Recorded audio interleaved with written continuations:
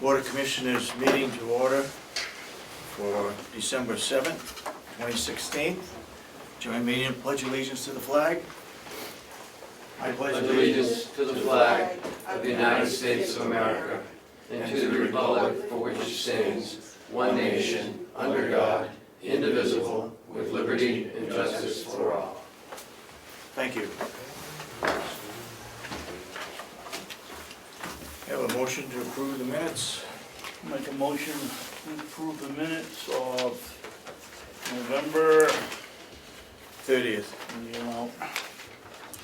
30th, as, I don't want to say corrected, but as proposed. Okay. I'll second it. Any further discussion? All those support of the motion say aye. Aye. Aye. And so voted. Public input? Seeing no public input? Turn it over to Ken. Thank you, Mr. Chairman. Good morning. Good morning. The first order of business in the work session will be our jail programs consultant, Kevin Warwick. He's here to do a little bit of update along with superintendent. Good morning, Commissioners. Good morning. As you met before, this is Kevin Ward, for outside consultant for programs. A couple things going to hand out quickly this morning in case you did not see it. I know we talked a little bit about the jail programs was in a newspaper recently. It was an excellent article. Talking about it, so we have extra copies around the room. We have a little agenda for today for some things. Kevin's going to show.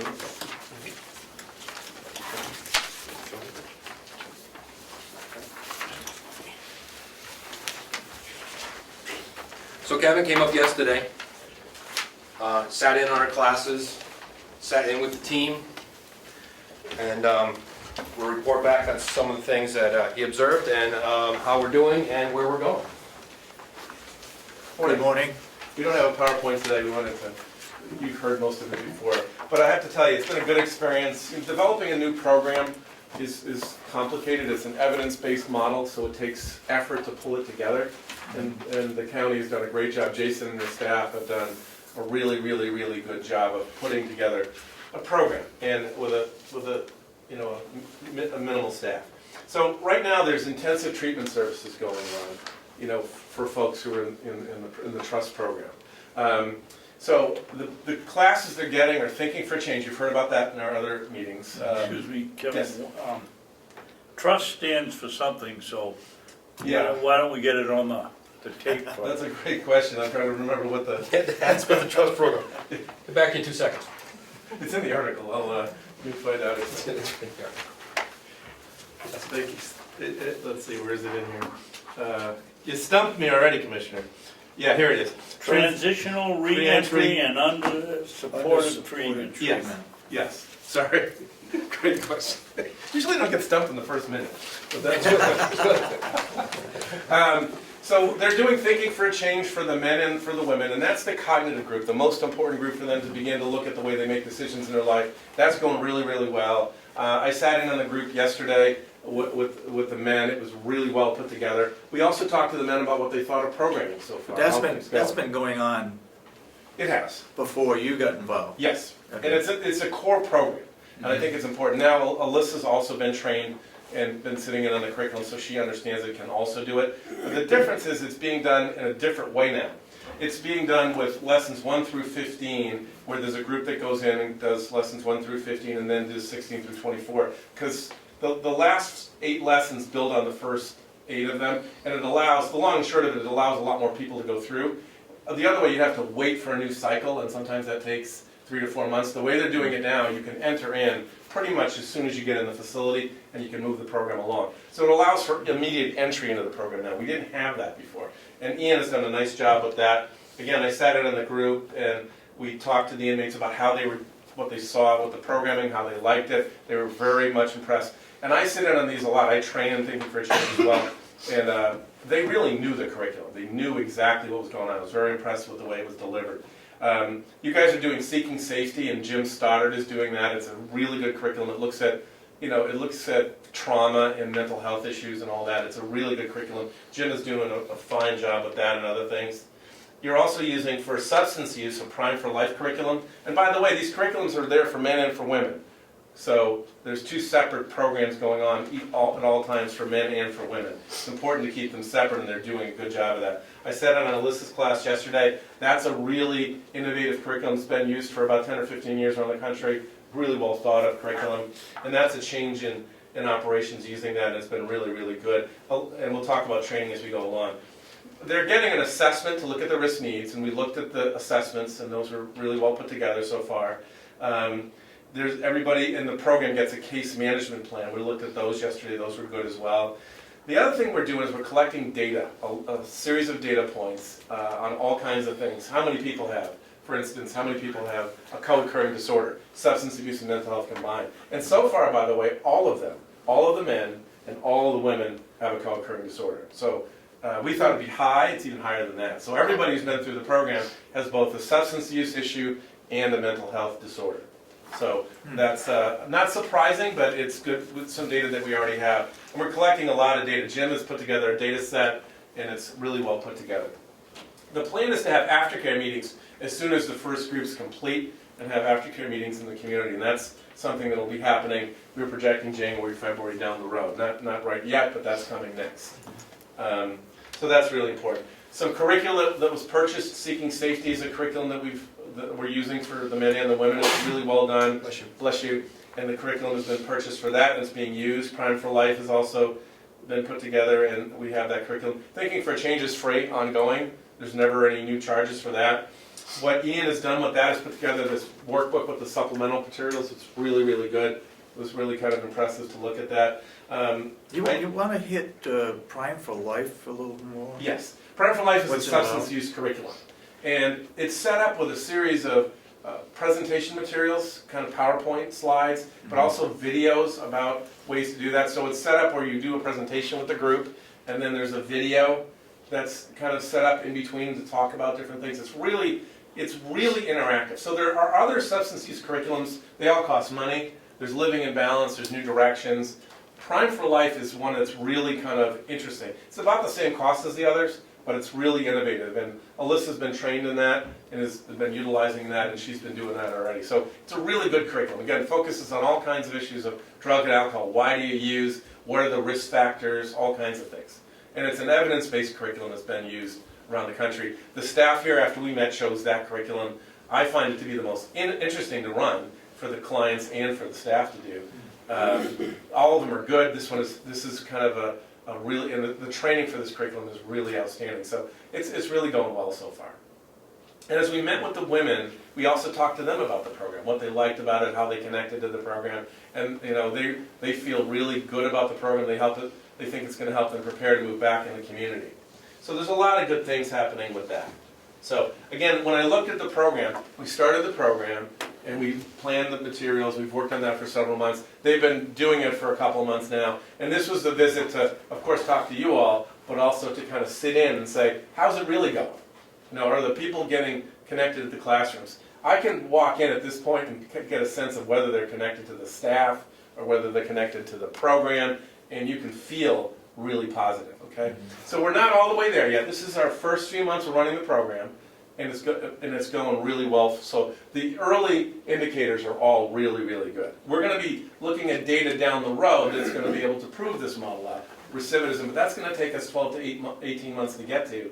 Right now we've got process indicators that are looking at who's in the program and how they're doing.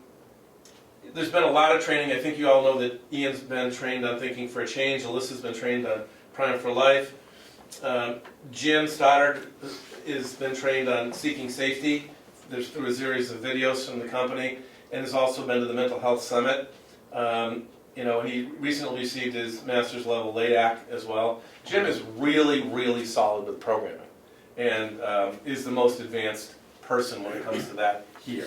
And he really knows what he's doing with the programming. He's going to be a great strength as a clinician running the program. Some clinicians can come into places and have real difficulty following an evidence-based system that we can kind of measure and look at. he's taken to it, he's looked at it. We're doing a measurement called the cognitive scales that will help us measure how the classes are running. There's a pre-test to it and a post-test to it. We met yesterday on that, and that's going really well as well. And so, I think he really has grasped the concept. He's talked to other counties, how they're doing. People have been doing it for a long time. The program manager in Sullivan and other places are talking to each other now about how to keep looking at the model. And so they came to a place where they think they've got a very clear curriculum, a very clear program, and it's operational and running well. So I'd like to say about Jim, we're very fortunate that we got him on staff. yeah, He comes with a lot of years' experience and likes this clientele, likes what he's doing. yeah. So he is fantastic. We did send him out to a couple other jails to look at their programs so he can bring back ideas. Yeah. He is our liaison with Kevin, and basically he's overseeing, his role's changing a little bit, he's overseeing and taking over a much larger role in the programs. Where Ian is stepping back a little bit, kind of just managing, making sure that he gets the reports from Jim, and Jim is also overseeing Alyssa because he has a lot of knowledge about case management, which he'll be working with her and teaching her along those lines. So we're very, very fortunate. It's going really well. The counties are looking at doing a once-a-month meeting with the clinicians so they can all talk about their programs, and that's being spearheaded out of Sullivan County, and they'll probably meet in a central location like at Primex or down Merrimack counties. That's going to be another resource. And as we'll get a little further too, I thought Whitehorse might be here today, but he met with them, and they have LADACs that he already went to last week's meeting with them because he has to do about 2 hours a month in order to keep his license. So they have an open group, and he's working hand in hand with them to as a peer-to-peer group to keep his license and also a tie-in with them. Yeah, good. Yeah. As far as quality assurance, kind of measuring what's going on, again, we've met with people in the groups. We will write a kind of a write-up on each of the groups and how they were going. We've given feedback to the staff members. We're actually sitting in on one more group today, and we'll give people as we go along both written feedback and also feedback in a conversation as we go along. And the forms to do that ongoing quality assurance I'm going to provide to Jim and the staff. So that's been really positive. There's been a lot of meetings with, the public defender, the county attorney, there's a new county attorney coming in January. She's actually running it. Okay, she's running it now. And we've been meeting with probation and others on the program. Also, the Critical Friends Group has been meeting on a fairly ongoing basis. So there's a lot of collaboration on getting the courts to fully understand these models. It takes a few months for them to grasp what we're doing, how it's going, gaining confidence in it, and that's beginning to happen now too. That doesn't happen on the day you open up. That happens as you build it over time. We actually have one, just right now, we did have one from the court recommended our program, Yeah. so it's moving along. Doesn't sound like a lot, but at least that's the start, and then anybody meets the criteria, we're putting through the programs as well too, but so the courts are catching on as well, this is great. Yeah. And you want them to have conditions for the program going on. You want them to have post-release aftercare so you can make sure that during the several months when they get out that they're going to do well. We've talked about that before. So the collaborative meetings continue to go on. They're really positive. The key next steps we're looking at is obviously taking a look at funding opportunities. What's out there that we can take a look at now that we've kind of built a program model? We talked the first couple times we met about a Federal Second Chance Act application, which is something we'll focus on over the next couple of months. There's local funding through 1115 that might happen. We're going to take a look at that. So looking at ways to support the model, and support it in whatever ways that we can. Those are our next steps as we go along. Again, those funding sources haven't been fully available till now, but we'll be able to look at that as well. Is the funding more for hiring additional people or for programs? Or both? It's a little of both. Yeah, the kind of things you look at is, opportunities for training that could be written into those grants, possibly hiring a person to look at programming, all those kind of things as an additional person. All evaluation, all those kind of things you can write into a grant. The grants tend to be 2 years. The 1115 money, I know Ken, you're working on that. There's some conversation on that. That money could be there for up to 5 years as it forms itself out. So looking at possibilities of those options for funding sources for us, So, and there's others too, but we don't want to just randomly apply for grants. There's targeted things I think that are good fits for us that we'll talk about over the next couple months as we go along now. So that's kind of the next phase of things. It was a nice fit because that's when the money starts to come out anyway. So it's ideal. And the other thing is we're ready to apply for grants because we know what we want to do. We're not just going to sort of willy-nilly apply for money that we don't need or wouldn't help us or wouldn't make sense for us. And any of that will go here before it goes anywhere else, of course, but those are things that we're looking at. We want to be able to keep evaluating the program, seeing how it's doing, seeing how we're doing, to see how we can get better over time. My experience with these program models is they get better and better over time.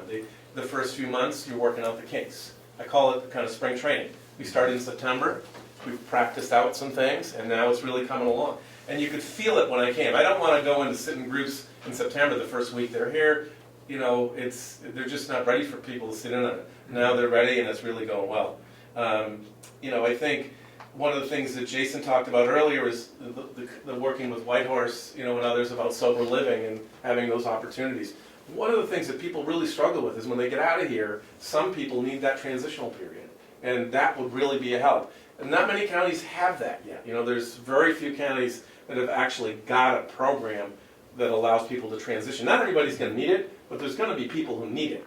And being able to connect with a group like that would be really helpful to you. I know one of the counties I work with in Mass, Franklin County, has got that transitional program, and it's really, really good. They're just not easy to get going. It takes a lot to get them going, to get the process going, and if there's a way you can do that, I think it would help you, as a county as well, if you're able to do that. It's just one more thing to keep looking at. Again, there's going to be more things that we would want to do, as a county as we go with the program, as time goes on, and we'll learn from things and kind of find the things that fit best in Carroll County. I don't believe there's a cookie cutter. See, some people will give you a program and a picture, and I got a call from a county, I'm not going to say where, and they said, geez, just send us this stuff and then we'll do it. That's not how it works. We work on it together. We figure out what the county needs. And this county, Jason leading that and his staff, have been really good about saying, this is where we need to go, this is how we want to do it, based on national best practice, but also what works in Carroll County. So it's been a good experience so far working here. I think there's been tremendous progress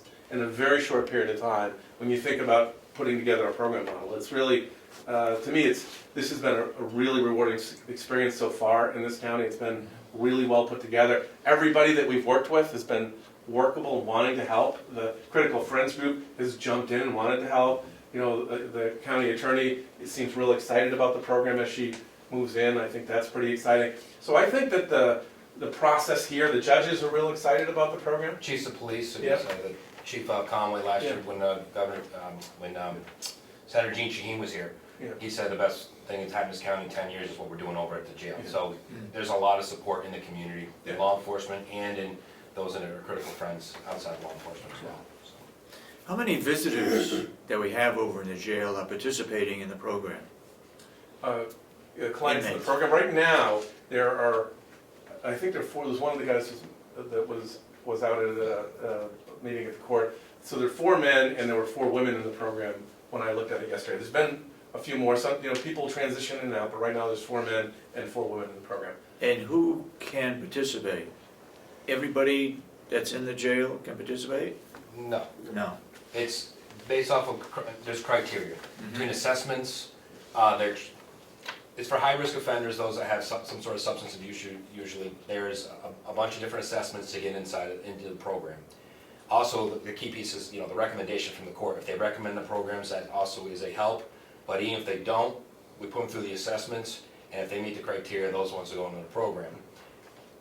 Including with that, the carrot and stick is, if they're assessed by us that they need this program, they're a frequent flyer, they're high risk, they'll be put into the program, and if they would like to earn their good time, then they go into the program. If they don't want to earn their good time, well then they're not going to get the good time, because it's part of this balance of trying to get them the help that they need and then work down to step-down programs. So not everybody gets into this program, but we also have individual classes, counseling, and other things that other people do utilize and are still being helped. Like Jim Starr not just does this, he also does assessments, all of them, clinical with their mental health needs, meets them one-on-one, and does groups. So there's more than just, this is for the high-risk offenders that are really, this is their piece before they start moving on, looking away at the state prison and start looking at other much larger issues. Jeff? Yeah. In the beginning, you said you're starting to collect data on, and most, or not most, all have a dual psychosis. One is drugs and the other is the mental health disorder. How do you evaluate that they have a mental health disorder? Is that through Jim's assessments? Yeah. Okay. Jim does a clinical assessment, and he's able to evaluate their history and the mental health disorder. Yeah, and it's common when there's not a lot of, there's only about, there's about 15 co-occurring programs in the country that do this evidence-based model, but also look at mental health. 3 of them happen to be, actually 4 of them happen to be in New Hampshire, which is exciting. Because so that's the best way to go, because you're dealing with all the job readiness and the cognitive stuff, plus the mental health and the substance use. And when you do it that way, you're going to get better results.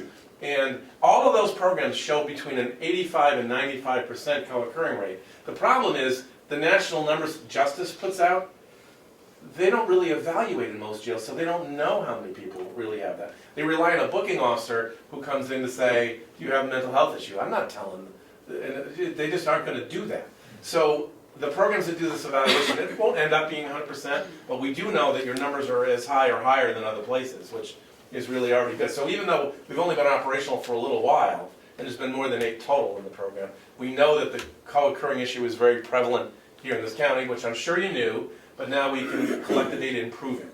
And so within the collection of the data, there's all kinds of things about educational levels, gender, length of stay, how many programs did they go to, did they go to post-release program, which hasn't happened yet, but that's in the database, and Jim is collecting all of that. It's on an Excel sheet, so he's able to collect that. That's going to be valuable to you guys, 6 months, a year, 18 months down the road. A little bit now. We're not going to get anything that's going to tell you anything permanent.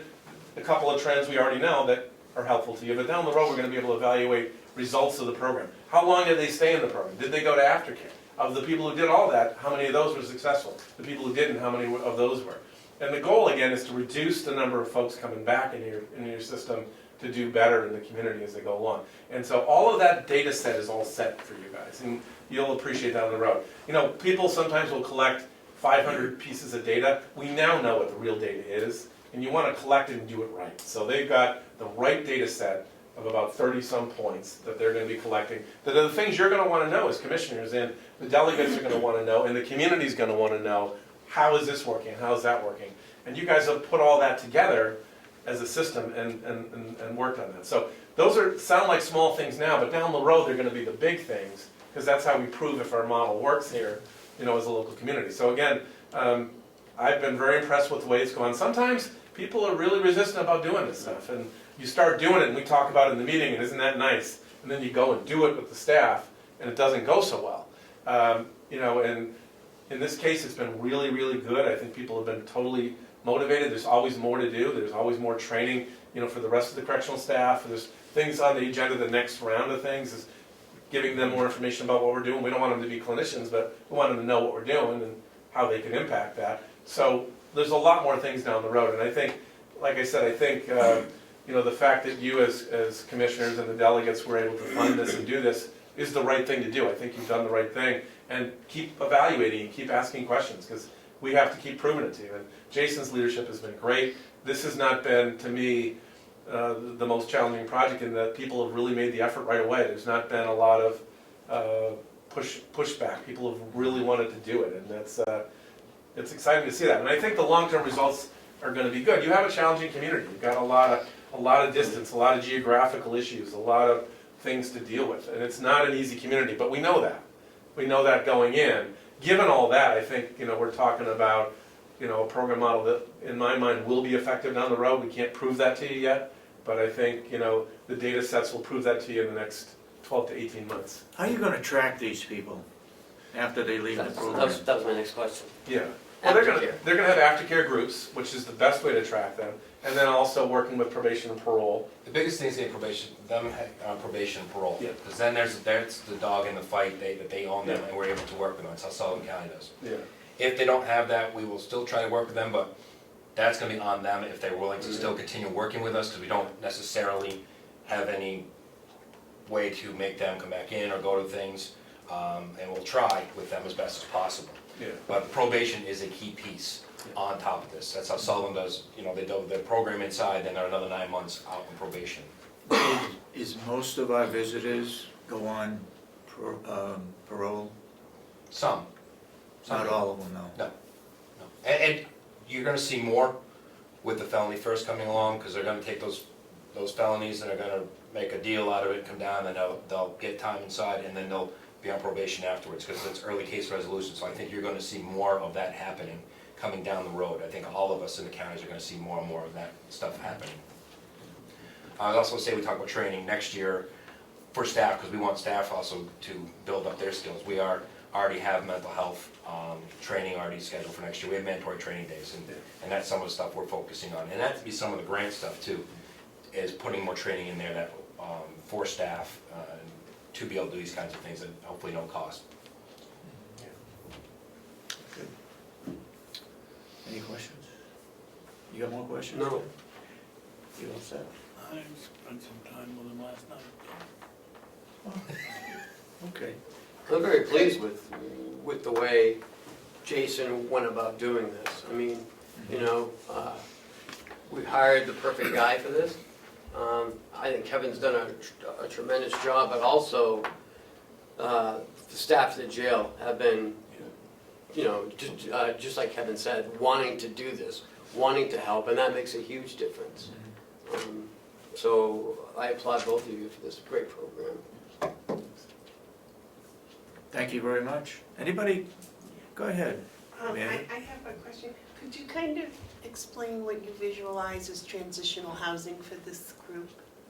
Well, the transitional housing can happen in lots of different ways, and you know, generally there's a housing situation with some support for people, and that can be varied by different programs. But the White Horse folks seem to have a plan that's been fully developed, or at least developed. They're working on it, and I think that plan makes sense to me. What you want is support for people who need it. Not everybody needs that transitional housing, but the people who do need it would get support at a place, they'd get some programming, and they would transition and live in an environment that's sober. It's a completely drug and alcohol-free environment where they can transition. That's not a long-term solution, it's a transitional solution for them. But some people complete the programs and they get out and the places they're going to stay are on healthy environments, so they need that time to stabilize. This will allow for that stabilization to happen.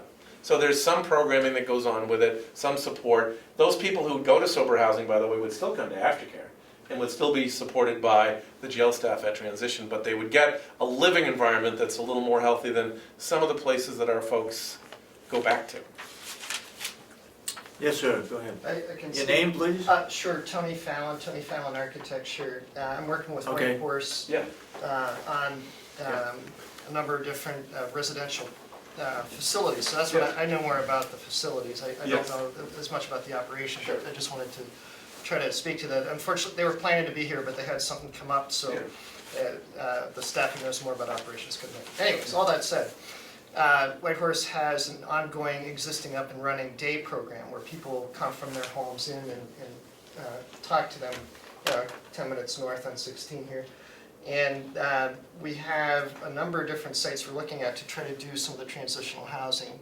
And there's different levels. There's some where it would just be counseling based, you know, and some of it would be actually medically, you know, they'd be treating them along with the counseling at different sites for different levels of need for the people. And it's based on a program that the executive director ran across when he happened to be down in Atlanta, a place called No Longer Bound. So that gives you kind of the model of what he's trying to put together here. But anyways, for whatever it's worth, I thought I'd chime in there. Now, we talked to them a little bit, and it's a place that we could work hand in hand with. Yeah. I know they're looking at on the county's one spot they're looking at, which would be, on our end as a jail, we think that'd be great to have them on here. And you're looking at a couple of spots too as well, but if they're in another area, we'd still work with them. We work with any group that has some sort of sober living or transition. We're looking at anywhere, any place that we can kind of work with them. Yeah, and the basic concept is to gradually take somebody from a highly addicted state all the way through to the point where they're able to successfully get out of the addiction. But it's kind of like going down the steps in a waterfall, So eventually you get to the right place. And they come with some resources. They come with a plan, and I think that's all positive. It's not finalized yet, so we're sort of speaking about something that's in process, but I think it's a really good plan. as it stands right now. Yeah, and if you, I mean, that's why I mentioned the no longer bound. I mean, that's something that, you know, people can go and check out. That's where what he's got experience with, that's what he's trying to recreate and you know, start up again up here. But it's in its infancy, but it's going pretty quickly. Yeah. And I gotta say, sometimes it takes counties 12 years to get that transitional piece together. It's really hard to do that, to get the opportunity there. So I would, you know, suggest that you consider taking advantage of that, because it's hard to put it together. Sullivan County's been trying to do it for 7 years now. They're beginning to get to the point where they're opening one. It's just hard, and to get everything to match together is so hard to do, and I think the opportunity's here, so. So are we going to rely on Whitehorse to transition them into the community after they've gone through our program? Not necessarily. Who's gonna help them find a place to live? Who's gonna help them find a job? Where are they gonna get their next meal and so forth? How does that fit into the whole program? Am I There's a couple missing things. something? Well, there's a couple things. I mean, some could transition Whitehorse. There are a couple other places in the community they could transition to. Some will be going back to the same place they're in, but that's where our case manager will be following them. Again, probation is big, so we can, because they have to check out where they live, how they live, they can go programs, those kinds of things. So probation and court is really, really huge on that piece. But we set them up with a case manager plan, even the ones that aren't on probation, of try and get them their first set-up appointment for their mental health, their first appointment for their doctor, putting them in touch with where there is places that they can live. It's a little hard. We will work with them. Again, they have to work with us if they're not on probation, if they're willing to work with us, and we will try the best we can. And we give them a resource packet of everything that's out there. So the follow-up is going to be a lot more than it's ever been here before. So the jail staff is gonna do transition planning, but the folks that go to Whitehorse to their sober living program will primarily be worked with them with some support from the jail. The folks that don't go to places that have that intensive support will be provided more support by the jail staff, you know, the clinician and the case manager and others. So, and we're looking to keep broadening that piece to get more and more opportunities, you know, from the community, just like this particular opportunity. So there's no magic bullet that one process is the only thing. But the folks who need that intensive experience would go to the Whitehorse programming, and the people who need a different kind of experience will have a case plan. All of them still have a case plan. Some of them would be there and getting much of their service through Whitehorse and their staff. Others just going back out to the community and getting different kinds of support. But all of them, we want to look at job readiness, we want to look at employment. We all know that that's a struggle, and particularly, again, in an environment where, you know, the geographics become a challenge. It's hard here, so the goal is to make that better and better over time. And that's part of looking at the grant of what we really need, not just going out and grabbing money. And we've talked about that. Do we need a half-time late act? Do we need another case manager who could focus on taking them to jobs, taking them out into the community, and doing more of those things? Because the inside case manager, doing the case manager plans, following them inside, teaching classes. So those are the pieces that we're looking at as moving forward with this program. Would you say that, maybe it's a little off the subject, 90% of our visitors are from Carroll County? 90% of our visitors from Carroll County. How many of them are residents of the county? Oh, Yeah. residents of the county? I mean, Yeah. right out of the 60, I'm carrying out of the 67 there right now, about 45 is out of Carroll County, 45 to 48 right now. Oh. On average for past, like last year was at 58, previous 2 years was at 62, all Carroll County, on average. The one thing I mentioned about the federal grants I didn't mention is the one that we're going to look for doesn't require a match. It's money that we can test out over a 2 to 3 year period, see what we think about the programming, whether there's relevance to it down the road, measure it out. So there would be no cost to the county in terms of operating that grant. I just wanted to, I forgot to mention that, but that will come up. So we've already checked on that. And we've also checked, there's some opportunity of partnering with maybe Whitehorse and some other places within the grant, which also helps us get grants, because if you're partnering with other people, we've kind of started a dialogue on that as well too. Yeah. Good. Anybody got any further questions? You all Thank you. set? Questions? All right, thank you very much for the Thanks, update. Kevin. Thank you. Looks like everything's moving along smoothly. Yeah, I think we're better we're way better off than we were last year this time. Yes. And it happened pretty quick. You know, I mean, last year at this time, we were talking about, you know, hiring someone, you know, to like take this over, and here we are now. The program's up and running well. It's a win-win for everyone. All right, Thanks, thank you guys. very much. Thank you. Thank you. Next, sir, I'd like to move on to the open ambulance bid for Hales location. We have one bid in front of you from, that one is from Care Plus. I direct solicit to Life Plus and Care Plus.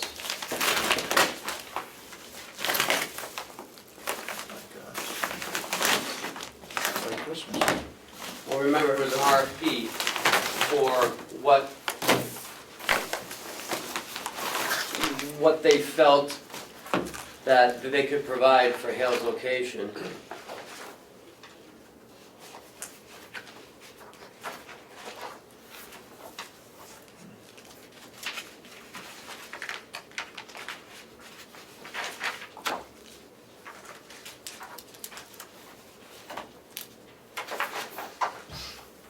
Yeah, they have a 3-year contract, a 5-year contract.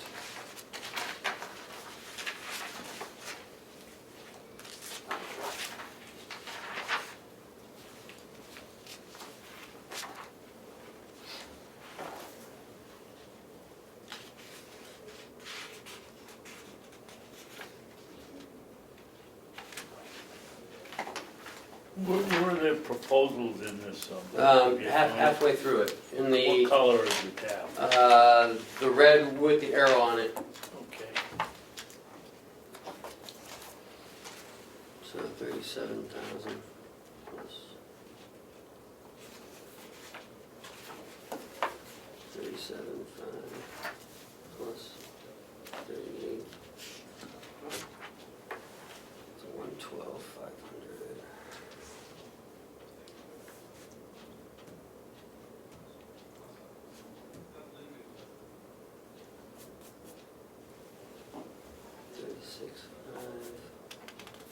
So we contract with this ambulance service, but then they charge the people Yes. they transport. Yes.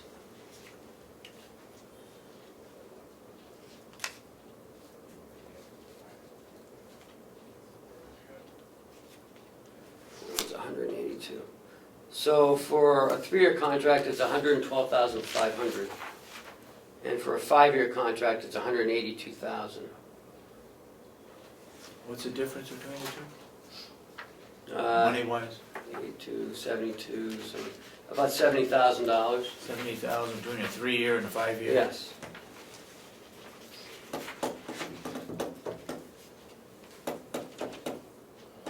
What are we currently paying? Does anybody know? Yes.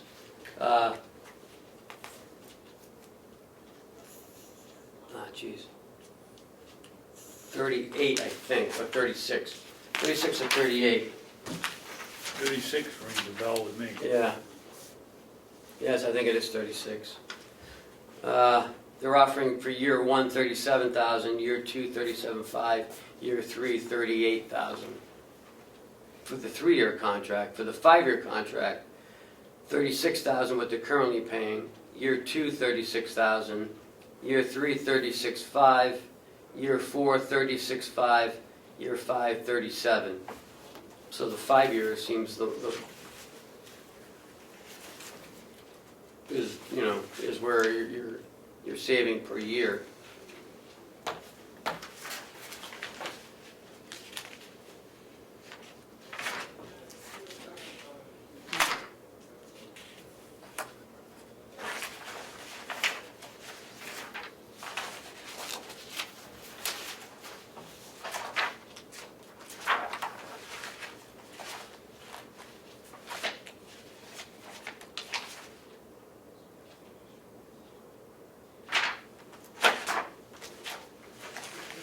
And they are our current provider. They also have contracts with the Veterans Administration in Manchester, Springfield Hospital in Springfield, Vermont, Hillsborough County Nursing Home in Goffstown, Pleasant Valley Healthcare in Derry, Pleasant View in Concord, Villa Crest in Manchester. They also have the town of Conway, the town of Tamworth, town of Madison, town of Freedom, town of Eaton, town of Effingham, the town of Ossipee, and Currently Hills location that they provide 911 services for.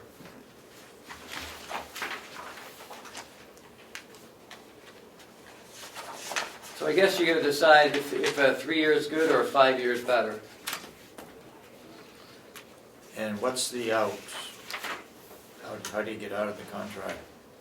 I believe it's going to be the same as what we currently have, but I'm not sure. Let's see what they offer.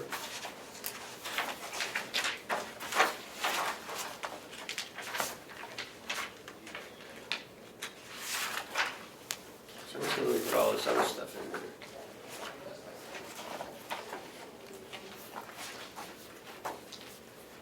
Care Plus has been providing ambulance service and 911 services for Hales location since 1990.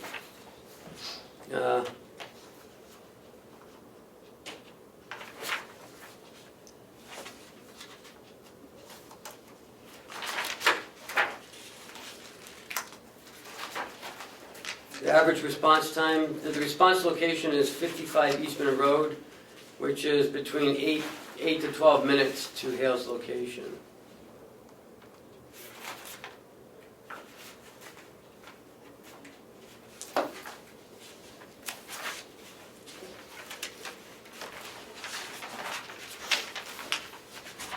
I don't see a contract in here. I don't see a contract either.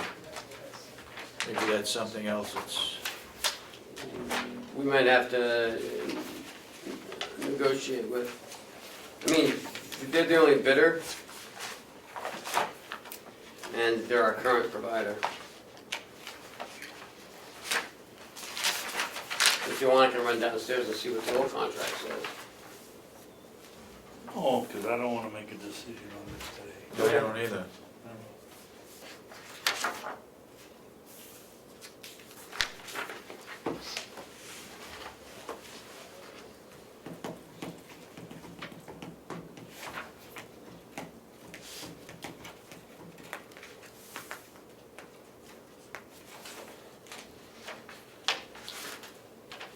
And I believe for the past 8 years, they haven't raised their rates.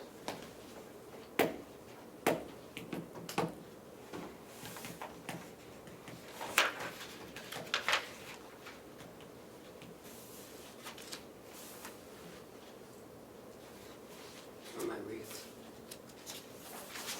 Oh.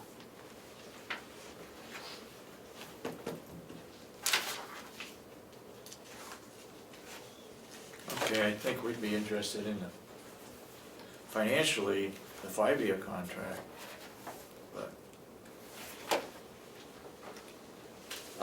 If you'd like, I can contact Mitch. yeah, If you want him to come down next week.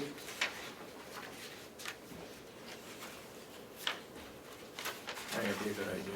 Okay.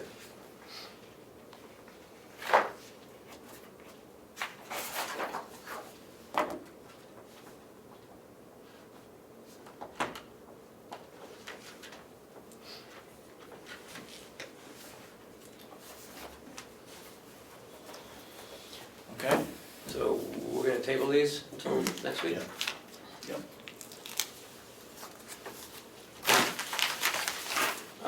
Next, sir, I'd like to bring up Bob Murray. Did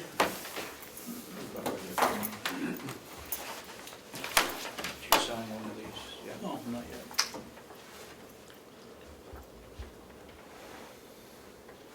yet. Last week we went on a site view of the solar panels. Good morning, Bob. It's always good to see a smiling face early in the morning. Thank you. I saw it once before. Morning, Bob. So, we went and looked and had a review, and let's start at the jail. So where they currently are, you would, from what I understand, in reviewing, we might move it back to where it was before, originally. I think so. That's my, Back up towards the, Well, the bamboo is. right across the street from the jail, yeah. I think it's, well, I'm not sure. I guess it is closer to where it's. Yeah. Yeah, it's closer to Connected the in the electrical, building. but mechanically, it's the best location. Yeah, yeah. And aesthetically, I don't know, I don't think there's any difference, basically.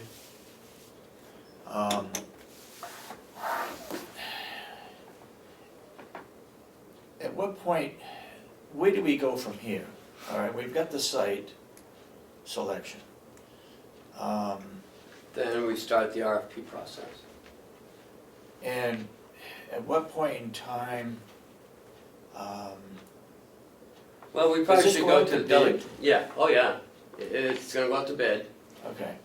But I think the next step, we should start talking to the delegation. Can you get it on the agenda for the 16th, is it? I don't know if I'm really ready for the 16th. why would we do that, David, when it's the first opportunity for the delegation to see the budget? And they're gonna be tied up going line by line. It's gonna be 4 hours before. Okay. And this is an important issue, and it's, So nothing will happen until sometime mid-January. sometimes you When won't they have meet. to worry about it. I'm not gonna have to worry about it, right? Okay. All right, Bob, have you got any other input into it? No, just in regards to the delegation, I think they should, my own opinion is that I think that they should be made aware of this as soon as possible, at least get it on their radar. We don't have to have a big discussion, but we should at least say something and say we'd like to start discussing this as soon as you're ready. Because it's gonna take a while just to get this through the process. And probably nothing's gonna happen till spring. Probably not. I mean, Yeah, I mean, Any it, type go of to bed, construction. then we get, people in and I'm Ground looking. frozen and you gotta drive the. Yep. Yeah, well, they didn't have a problem with that.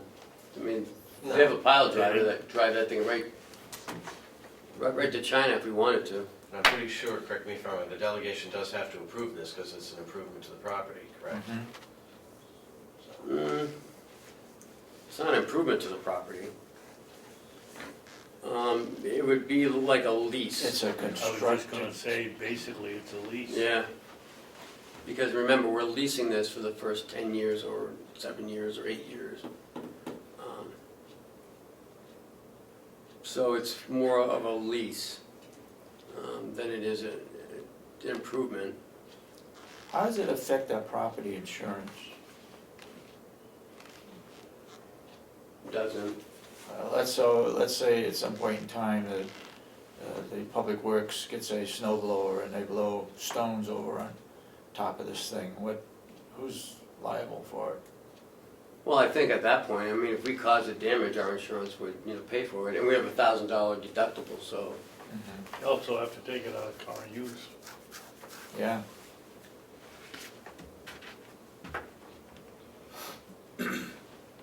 I don't know that answer.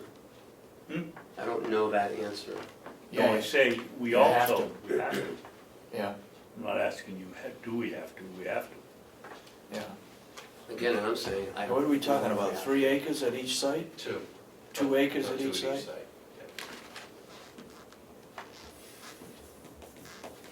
Well, that's the jail site. Are you happy with the nursing home site? I mean, it's the only location, or in between the annex and the nursing home, we don't want it there. That's where I thought initially it would go, but no, it's not a good site. No. nursing home site, I don't think is really gonna be too visible for anybody, but anybody that's on the campus. Yeah. I bet you no one even will know it's there. I'm surprised it takes up that much space.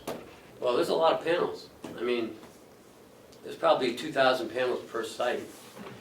They said it was the biggest one in New Hampshire, they put it in, It'll be the third largest, third largest. yes. I mean, we use a lot of electricity here. I mean, you know, we've got, you know, 2 24/7 operations and, I would hope that it's planned so that you could add on to it Mhm. in some future yep, time. and Yeah, that's what Jack said, yeah. yeah, we've had that discussion, And they said it's good for 40 years? 40 years. Yeah. I think by then, technology will be a lot more advanced on those. Kenny, can I get a So- copy? They were gonna give us a letter that told us what the cost Yeah. escalation as we move away from, I have yet to see that. I have it downstairs. We've got it, I've seen it. Yeah, I think I gave it to you last week, or the week we were talking about, 2 weeks ago when we were supposed to do the original walk. Well, I'll recognize it if I see it, but Yeah, now I've seen it. I don't remember the numbers. I think Okay. I still might have it on my I phone. have it right here. Oh, you do? Well, Copy of it. let me show. So,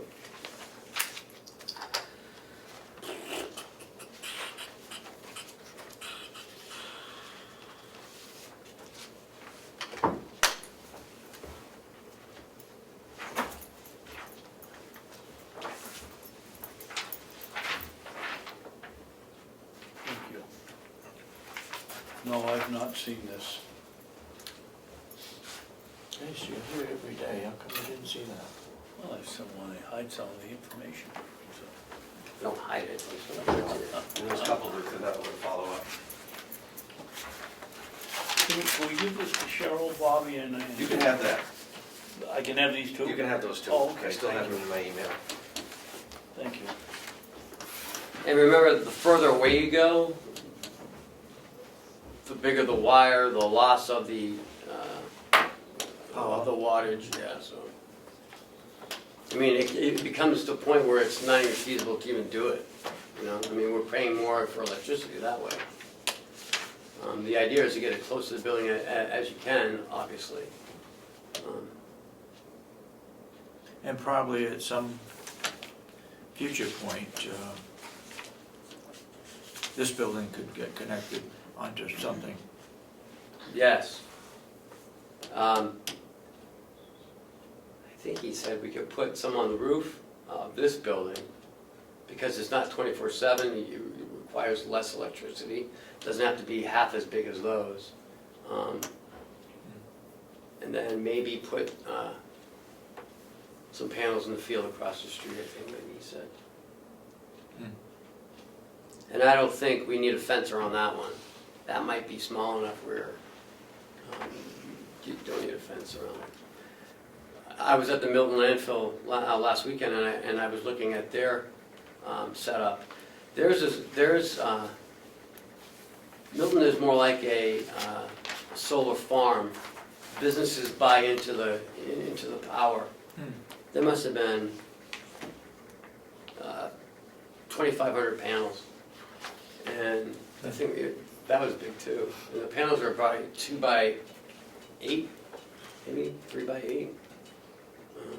And what do the people do? The companies buy into The businesses in the downtown area buy the electricity from there, so it's sort of like a purchase agreement, the same thing we'll be doing. But there's a lot of panels.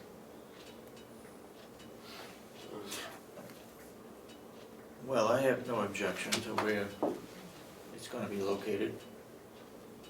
Do you have any objection to the new sites? Or the change back to across the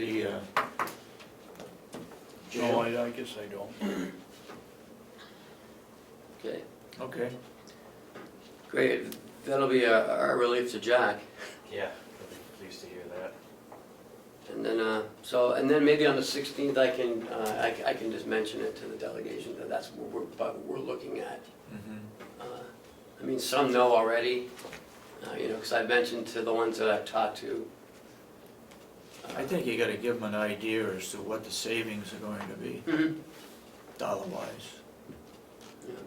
And that there's no upfront cost until the 7th year if they decide to buy it. Or the 10th year, Yeah, if we decide to buy it then.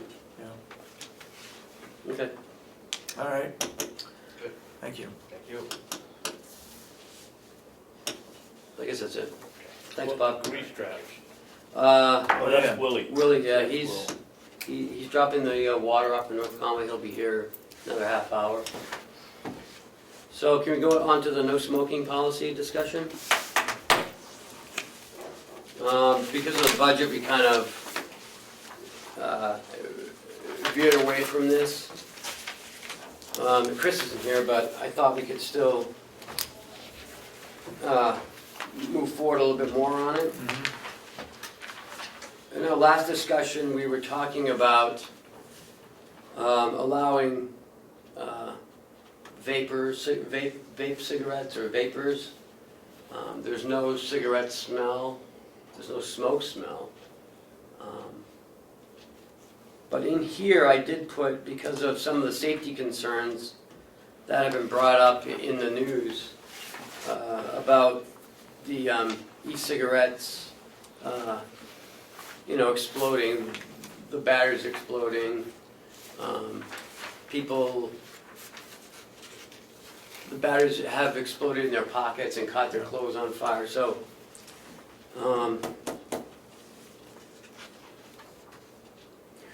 I don't know about bringing them in the nursing home.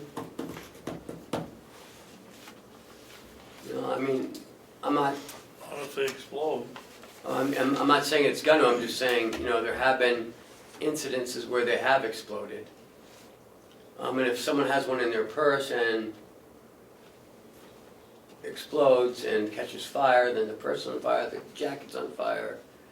And then so I just want you to consider that as well. We talked about other types of tobacco, chewing tobacco, snuff. I'm not sure what your thoughts are on that.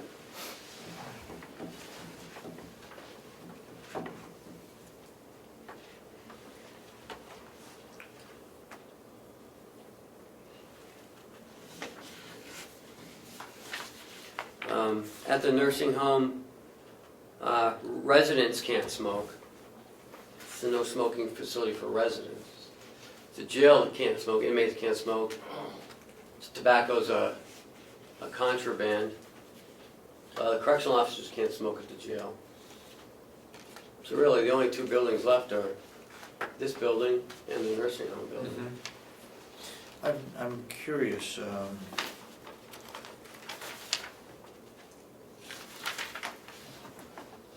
under eliminate smoking on the Carroll County complex, the second paragraph down, any member of staff who smokes should ensure that they do not smell or smoke while on duty. Staff sorry, smelling of David? smoke while on duty. David, um, where are you? Page 3. Page 3. Okay. Staff smelling of smoke while on duty will be treated as a failure to comply with this policy. So what's the penalty? They fail to comply Well, with we this haven't- policy. We haven't got to that part yet, because Chris wants it to be, you know, really lenient, or you do, David, for the first several months, like, you know, warnings and warnings. And the other thing is, have we done any research as to how we can help our employees get off the smoking? Yes. It's included in their health insurance. They can go to the doctors and they can get a prescription for Chantix or something like that. And everybody has that? No, I'm just saying the people who have our insurance. Health Interlocal Trust has offered to come in and talk to some employees. And they've also they've talked to Winnett about a smoking cessation class here on the complex that people may attend. Becky Mason handed this to me a couple weeks ago. This is something that she received. It's a sort of a self-help book where there's a calendar and a plan. You start on day one.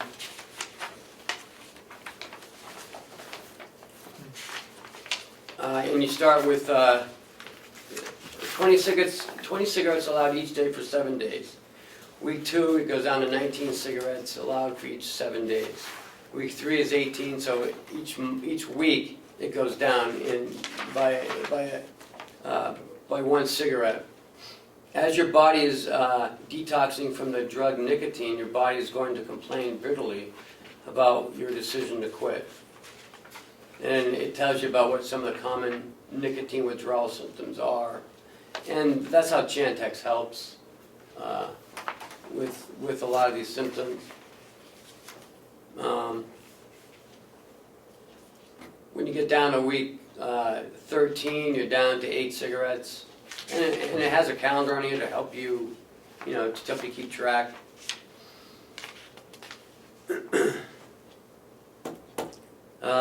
And it says here, general studies suggest that a period of 2 weeks should be sufficient time period for your body to have readjusted itself to living without nicotine. Due to the simplicity of this program, the side effects should be less intense but noticeable. And each person will detoxify differently.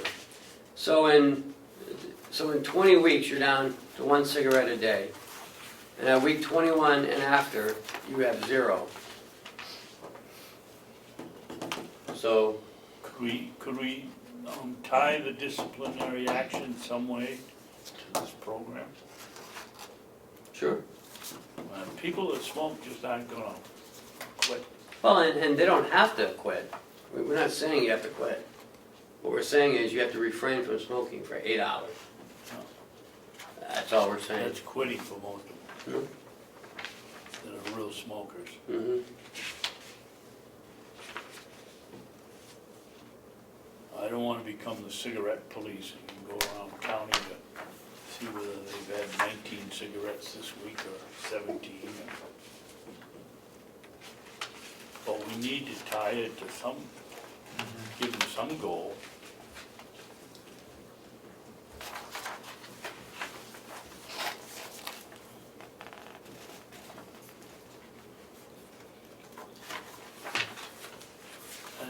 And nothing in here shows them that they will save approximately $35 a week by not smoking. Minus cigarette packs is $7 a pack now, aren't they? I looked this morning at Cumberland Farms. It's for a pack of Marlboros. It's $5.80 or something like that. Okay, so $35. And this woman did 20 cigarettes a day. Mm-hmm. That's a pack. And, What's a and pack? 1 pack is 20, and if you do 2 packs, it takes you twice as long. So instead of 21 weeks, it's 41 weeks. But this is for a woman who died from cigarette smoking. Yeah. Um, How, 45 million people. yeah, how much publicity does this get? Do we have any of these available for people, our employees? I made those. Oh, you made these? Off of this one, yes. So we could make it ourselves, actually. There's no provisions for copywriting or anything? No, it doesn't say that. It's an interesting story. It is an interesting story. She, but again, people may not quit, and that's okay too. Yeah. I'm not trying to Or we're not trying to, you know, stop you from smoking, we're just telling you that while you're here, Can't smoke. you can't smoke. It's a win-win situation, I would think. It is if you like life. What's that? It is if you like living. So, Yeah, but I mean, we're looking out after our residents and the people that work for the county. who don't smoke. Who don't smoke. That don't smoke. But even for those smokers, it's scary to read that story. And maybe our employees don't smoke that much, but I think we ought to look more into some other possibilities of helping them Mm-hmm. stop smoking other than a calendar or Like I said insurance, before, have something available. We could offer hypnosis, which does work on some people. We can offer, the American Red Cross offers smoking cessation classes. We could contact Memorial or Huggins, and have someone come up and give us some help. Yeah, I mean, it's not gonna be free, but, you know, it's not gonna be I think $1 we million can either. try to do all we can to help them. Yeah. On the last page, we were thinking about a 3-month warning.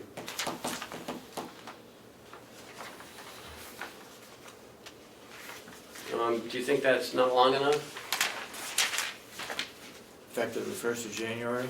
Right, well, yeah.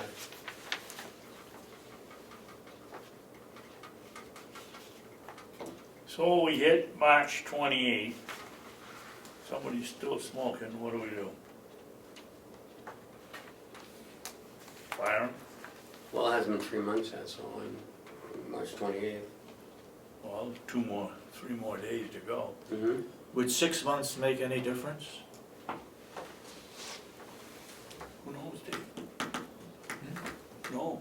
You know, I don't. I mean, we could have a 3-month transition period, then the penalties could get a little, then we can start some of the penalties. And they can become And towards 6 months. more severe towards the Towards 6 6 months, months. yeah. You know, implement the, you know, because 3 months, I think, is enough notice. And then in that 3 months, offer those programs. For those who want to stop, we can help them. Those who don't, then that's fine. Then in April, if you're caught smoking on county property, then the discipline start, but you know, warnings, and then written warnings, and then becomes the suspensions, and if you get more than, you know, 3 written warnings. Can we say that after 3 months and they haven't stopped, that they'd have to participate in some class or some? No, because what if they don't want to stop smoking? But if they violate the county policy, then we probably could do that. But I mean, how beneficial is it if someone doesn't want to smoke? How about after 3 months, we start writing them a recommendation for somewhere else? I mean, 3 months is plenty of time if you're gonna try to do it. Then at 3 months, you either let them go or start the discipline, one of the two. And there are people that aren't gonna stop smoking. Yeah. And we're gonna lose them. And they're gonna be good people gone. But if you can't have a policy that says no smoking and then let 2 or 3 people smoke. Yeah, that's right. So how about if we, in that 3-month period, we offer support, we offer help. You know, people might still be smoking, so we just say, hey, you know, in 45 days, you need to be done this, you know? And then in April 1st, that's the point where some of the discipline starts. We want to encourage them to stop smoking. We can't make them stop, that's for sure. But But we ought to do all we can to encourage them to. Okay. So what else do you need for this? Well, I just want to get a little more guidance. So we're talking 3 months, Mhm. sort of like a weaning period. And in those 3 months, we have agencies come in to help. People can go to their doctor. We can have something like this if they want, if they need a little, something like this, like a little reminder of sort. Yeah, January 1st, the tapering off process starts with all the help we can give them. And on the 1st of April, the discipline starts. Okay. And the first one will be a verbal, then a written, Well, whatever the union, Second written, yeah. whatever the union. and then the third written is termination. Amanda, what do you think? You're gonna be here. Any comments? Not yet?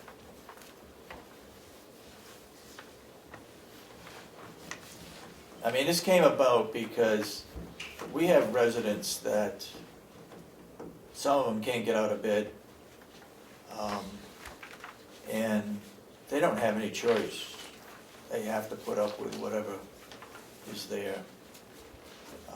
I can remember we had a resident that was on oxygen and she was smoking.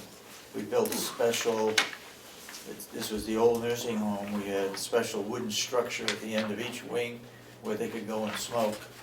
I don't know.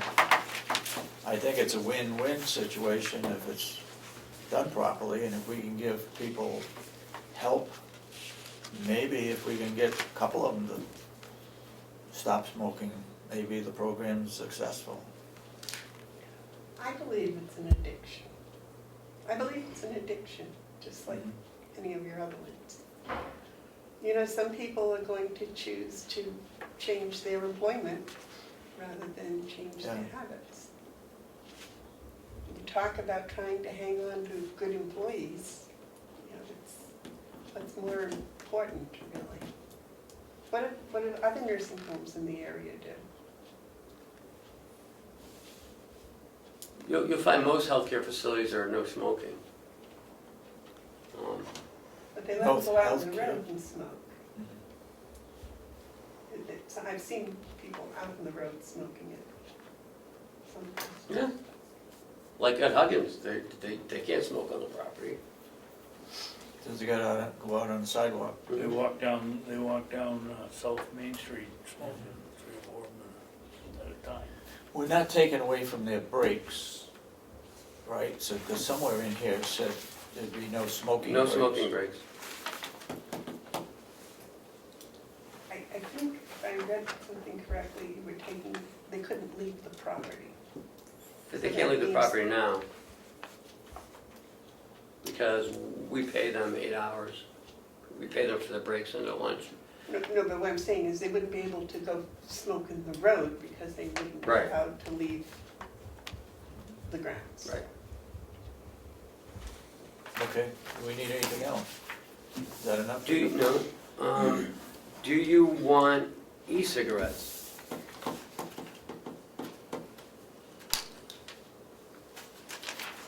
Not if they explode, Again, they don't all explode, but there have been reports of them exploding in pockets, airlines, luggage.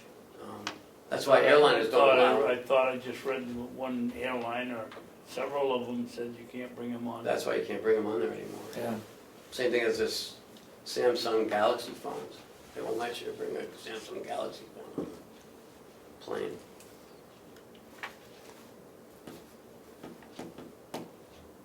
Now, an e-cigarette, you put nicotine in it, so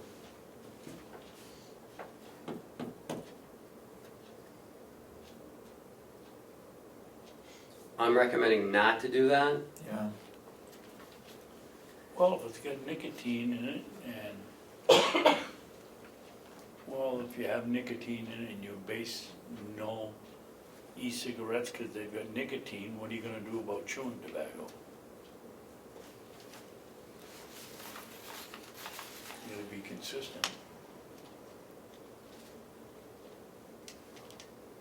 Well, I've never chewed tobacco, so I'm not sure. Don't you have to spit it out? Yeah. It's kind of close.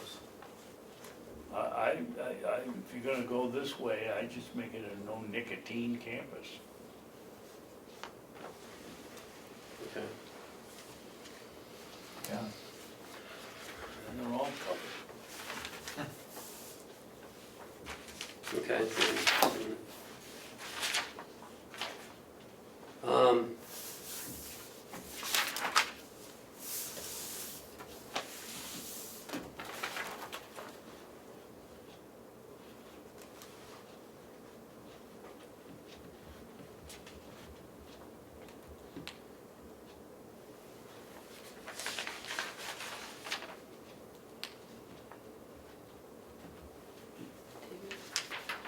Can I ask a question? Yeah. Can I ask a question? Yeah, yeah. If you do the no nicotine campus, what about the people that are using nicotine patches to try to quit? I mean, there's no, Good question. Good question.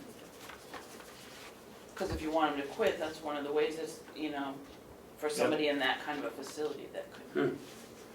Good question. Yeah, you better stay with Change no it, smoking. go away with a no nicotine. Yeah, yeah.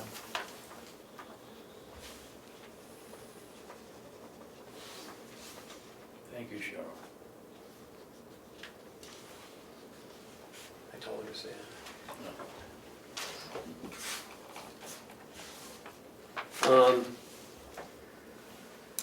Okay, vapors.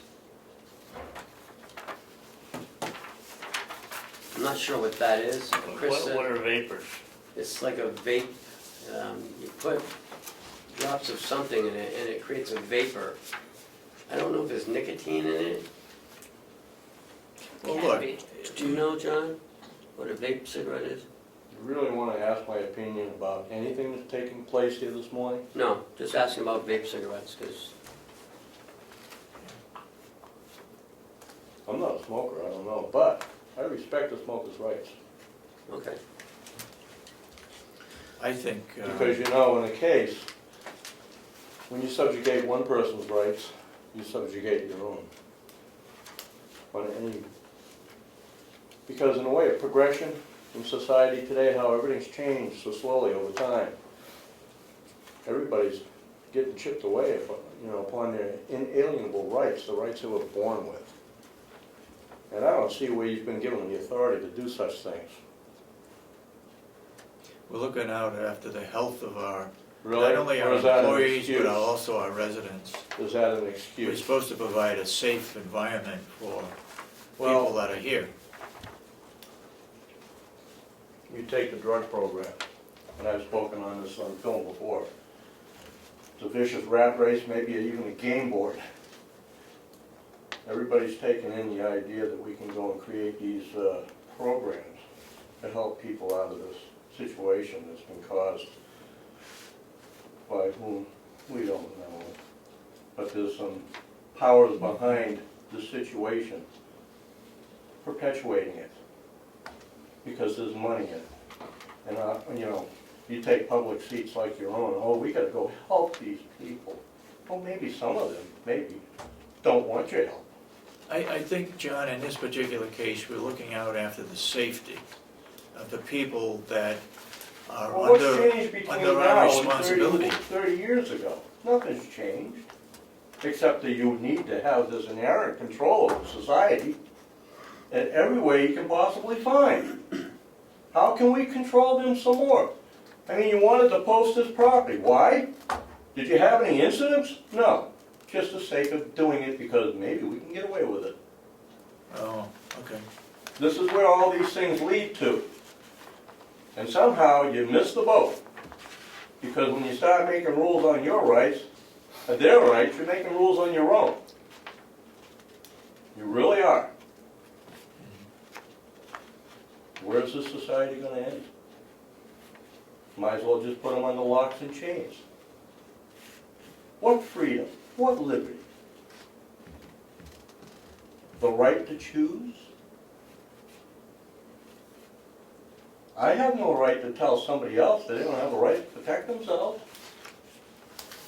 I think, John, that we're in a little different category Oh, I don't think so. when Not at all. we are responsible for this facility and the safety of the individuals that work for us, as well as those that we're responsible for I truly believe in our you're nursing home. excusing yourselves to further control.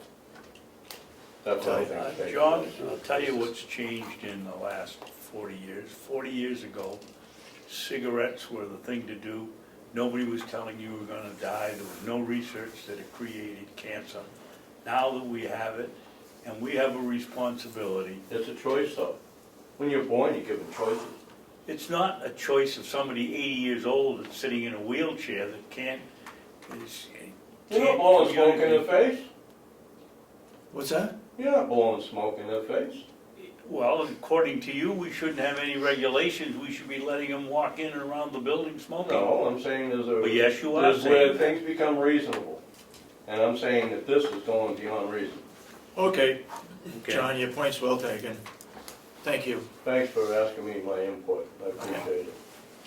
So, e-cigarettes are a tobacco product.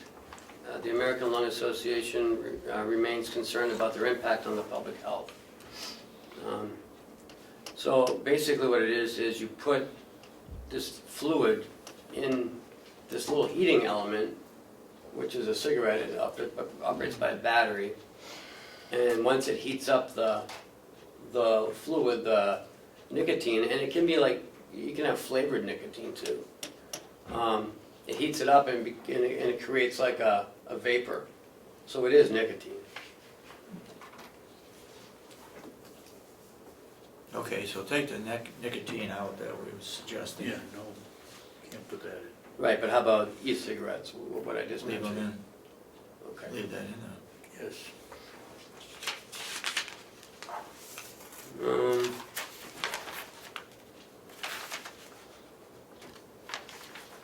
Okay, so I'll tighten this up for next week. Make those changes. Will Chris be back? Yes.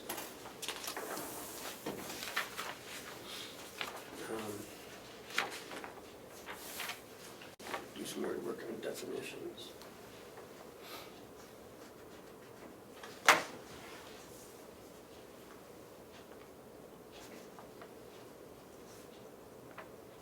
All right.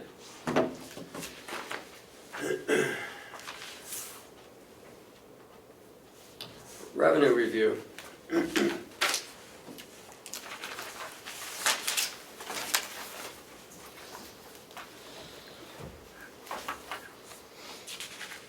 So where we are currently, just for you to know, we started receiving checks from the towns Monday, yesterday, Tuesday? Tuesday. So we have Eaton and we have Effingham so far. And what else? Effingham, Eaton.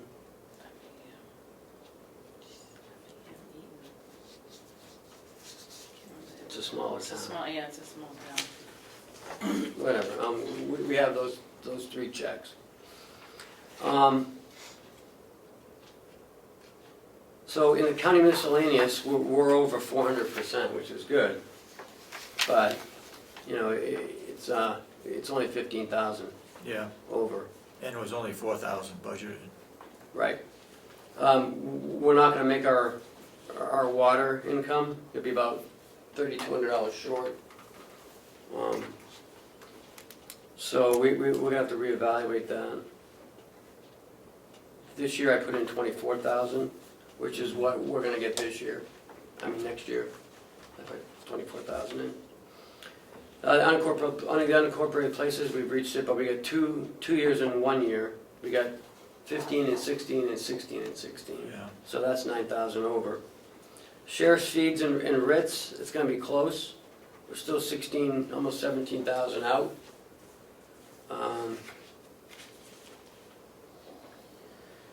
The US Forestry, is over by 1,000. The budget was supposed to be 14,010. I don't know how we got 13,000. But the contract is for 14,000. I think they increased that by a certain percentage each year, I believe. And that's probably why it was 13, not knowing what percent increase they did, what extra money they would get in. Maybe, I'm not sure. My first year was last year on that. The court bailiffs are gonna be under, unfortunately. He's not having as many bailiffs work, I guess, and there's not as many court days. So remember, we get reimbursed because there's a revenue. Yeah. a So matching when the revenue with expense this. side, there shouldn't be, that should be less also. Right, right. The Albany contract is gonna be okay. And dispatch. Registered deeds. This November's is gonna put us over, so we're fine there. Put us over on recording fees? Yes. Sales of copies though, probably not gonna make that. Because we went online, things are Yeah. reducing faster than we thought it would. It's not a lot of money, but it's still gonna be, 10,000 anyways. Some other little stuff. The online access, people are still signing up currently. We're about 8,000 over right now. And on the tapestry, because we started so late, we only put $500 in, and we're already over that by $500. So that's looking pretty good too. The jail, that's way over because of our borders. We're about 300% over our last year's projections. Everything else is looking good in the jail. Farm, income, the hay was over by $1,700, the wood was over by $9,500, and the sale of the old pole barn. The only thing that we're not going to make is the blueberries. We're about 4,000 under on that, so. But overall, the overall budget though is going to be over by about $12,000. We did receive a reimbursement check from the Sheriff's Office grant for about $252,000. That was the first reimbursement. I believe the Sheriff submitted a second reimbursement, which should be coming for the remainder of the $349,000. The nursing home, Medicaid, we're at 75%. We're going to be short, probably $600,000. But we're going to be over in skilled and in the private room. So that'll make up for the shortage in the Medicaid. Because this year we went to a new formula, which is a percentage. Wait a minute, now. Yep.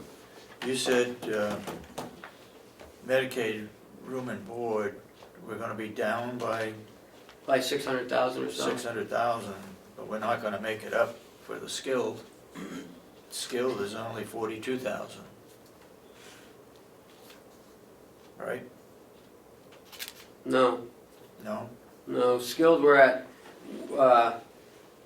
188,000 left to make up. So we're at 82%, and that's at the end of October. So we still have November and December's postings.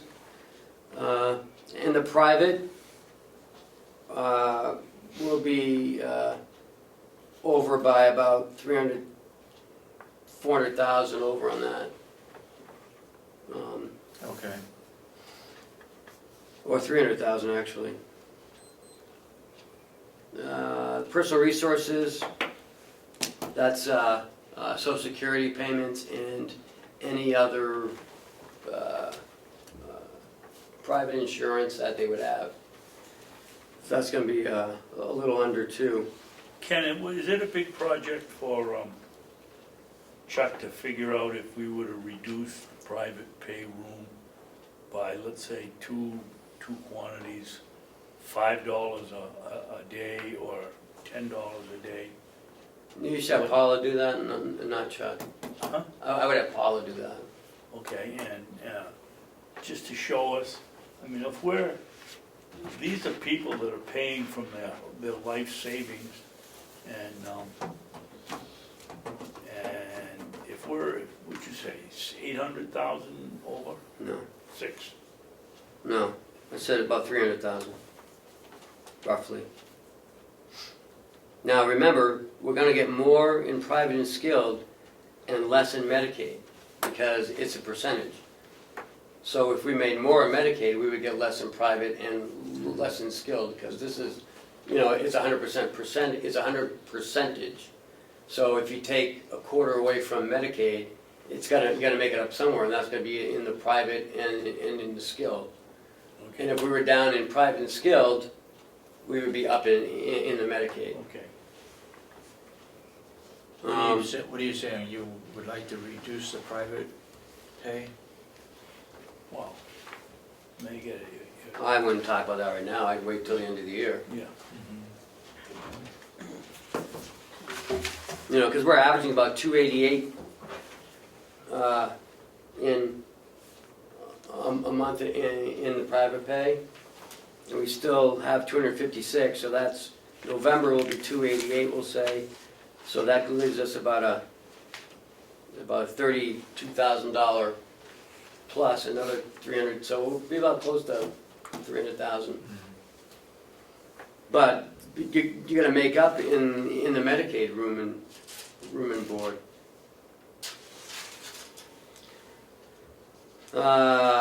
Moving down to our OT skilled is doing much better, and as well as our speech therapy skilled, our speech therapy. Our lab skilled. I mean, it's not a lot of money, but last year we were under on that one last year. Our Part B is not doing as well, but that's all right because they're our own people anyways. Our Pro Share we're $270,000 over. MQIP, or the bed tax. Remember, this is an offsetting revenue because we have an expense with this as well. So we had to pay more to MQIP in our expense because we had to transfer money into that. And we're seeing it in the revenue. Our pharmacy skills looks really good this year. And some small little miscellaneous. So overall, we're at 91% in the nursing home as of October 31st. So we've got another 2 months to go, and I just hope that... Well, Ken, this is through November, we only got 1 month to go. No, this is... through October. Right, it's through November. I printed it through November, but we only post it once a month. Oh, So some of this stuff, like the hay and stuff, is posted weekly, yeah. but because we only get a monthly payment from the nursing home, it's once a month. Okay. And those numbers, November should be coming up in the next 3 days. But I just wanted to get an idea that we're about 91% in the nursing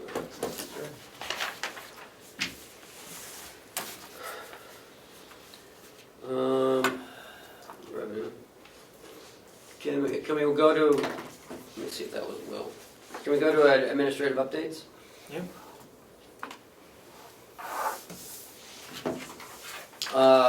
Mike Ryan's is having his retirement get-together on the 20th. That's at their nursing home? Yes. Well, it's at the UNH Cooperative Extension up there it's that little white building before the jail. It's at 1 o'clock, I'm leaving here about 11:30, so if you guys wanna go.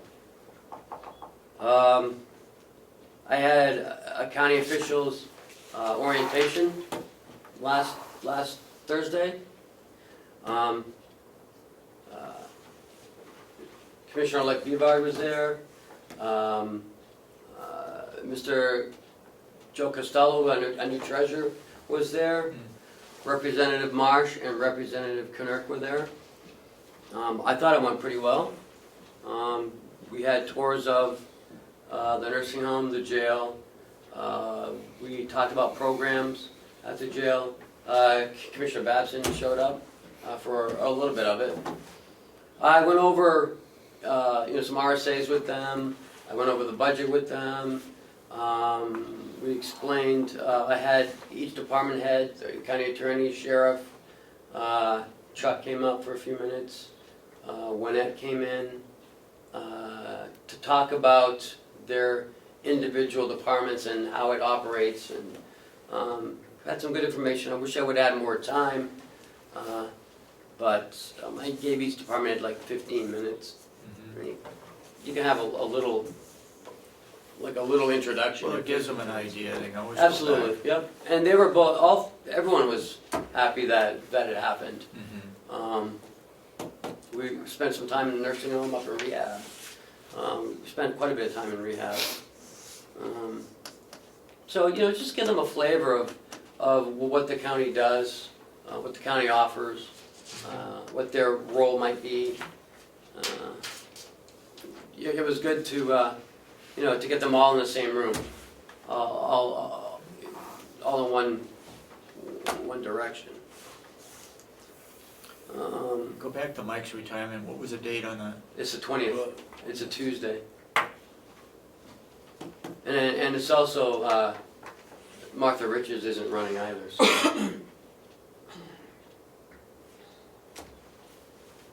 So it's her last.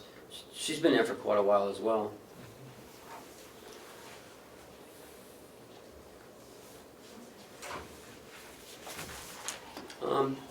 Howie? Yes. Can you come up?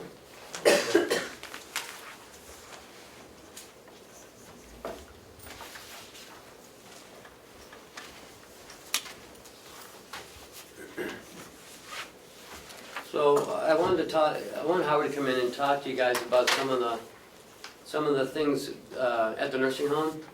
There's been some questions in regards to our security cameras in the nursing home. So I just wanted Howard to come in and explain some things. The notice of you should all know that we've had security cameras since the building opened. So what we're doing is a change, but it's not transformational, it's incremental. Then about 2 years ago, we added to the system with a phase 1, and what we've done is to add to that again this year. And what I gave you is the September 8th staff newsletter. And if you look at the next to last page, I went to great pains to explain to all staff exactly what was going on and why. Can we have a second to read it, please? Oh, sure.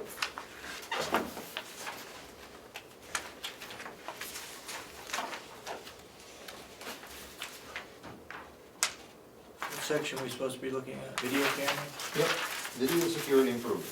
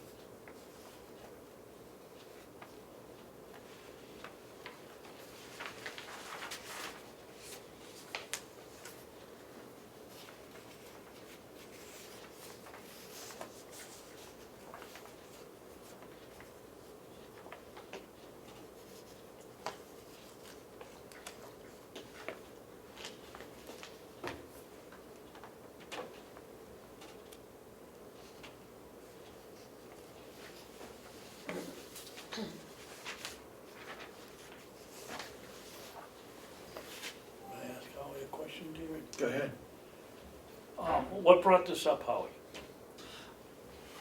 Adding cameras or the concern about it today? Well, no, the fact, I assume somebody's complaining because we're putting up video cameras. Well, and that's an interesting point. The last sentence of my little article there is to talk to me. Guess how many people have talked to me? This is since September 8th until today. Asked questions, shared concern to have, or have an issue. Probably one. Not even that many. Absolutely zero. So what we're seeing, this is a result of concerns that have been raised on social media. Not one person has come to me, and I'm out there and around now with a concern, not over the last, 4 years since we've been adding this system, has there been concerns raised.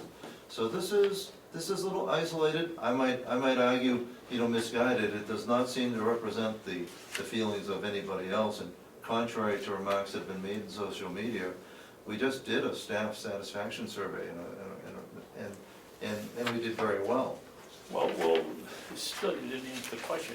What brought it about? Are they worried that they're gonna be spied on, or are they worried that, what's the concern? I don't read that. Well, the concerns that I've heard of that have been raised in social media is that it compromises the privacy of a staff member. Well, we're talking about common areas. We're talking, there's no privacy issue of concern.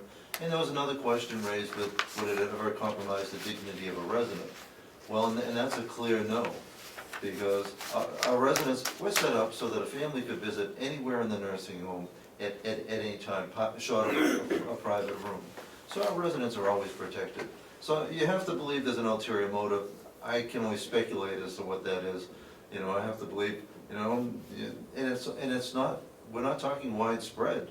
I haven't followed all the details, but I think in terms of staff, have there been more than one staff member involved? Posting, there have been others, non-staff, that have posted, but we're not talking about a widespread issue, but on the chance that you might be hearing about it from somebody else on the outside, we don't want you to be the last to know. Well, thank you. How about the positive side of putting in the camera?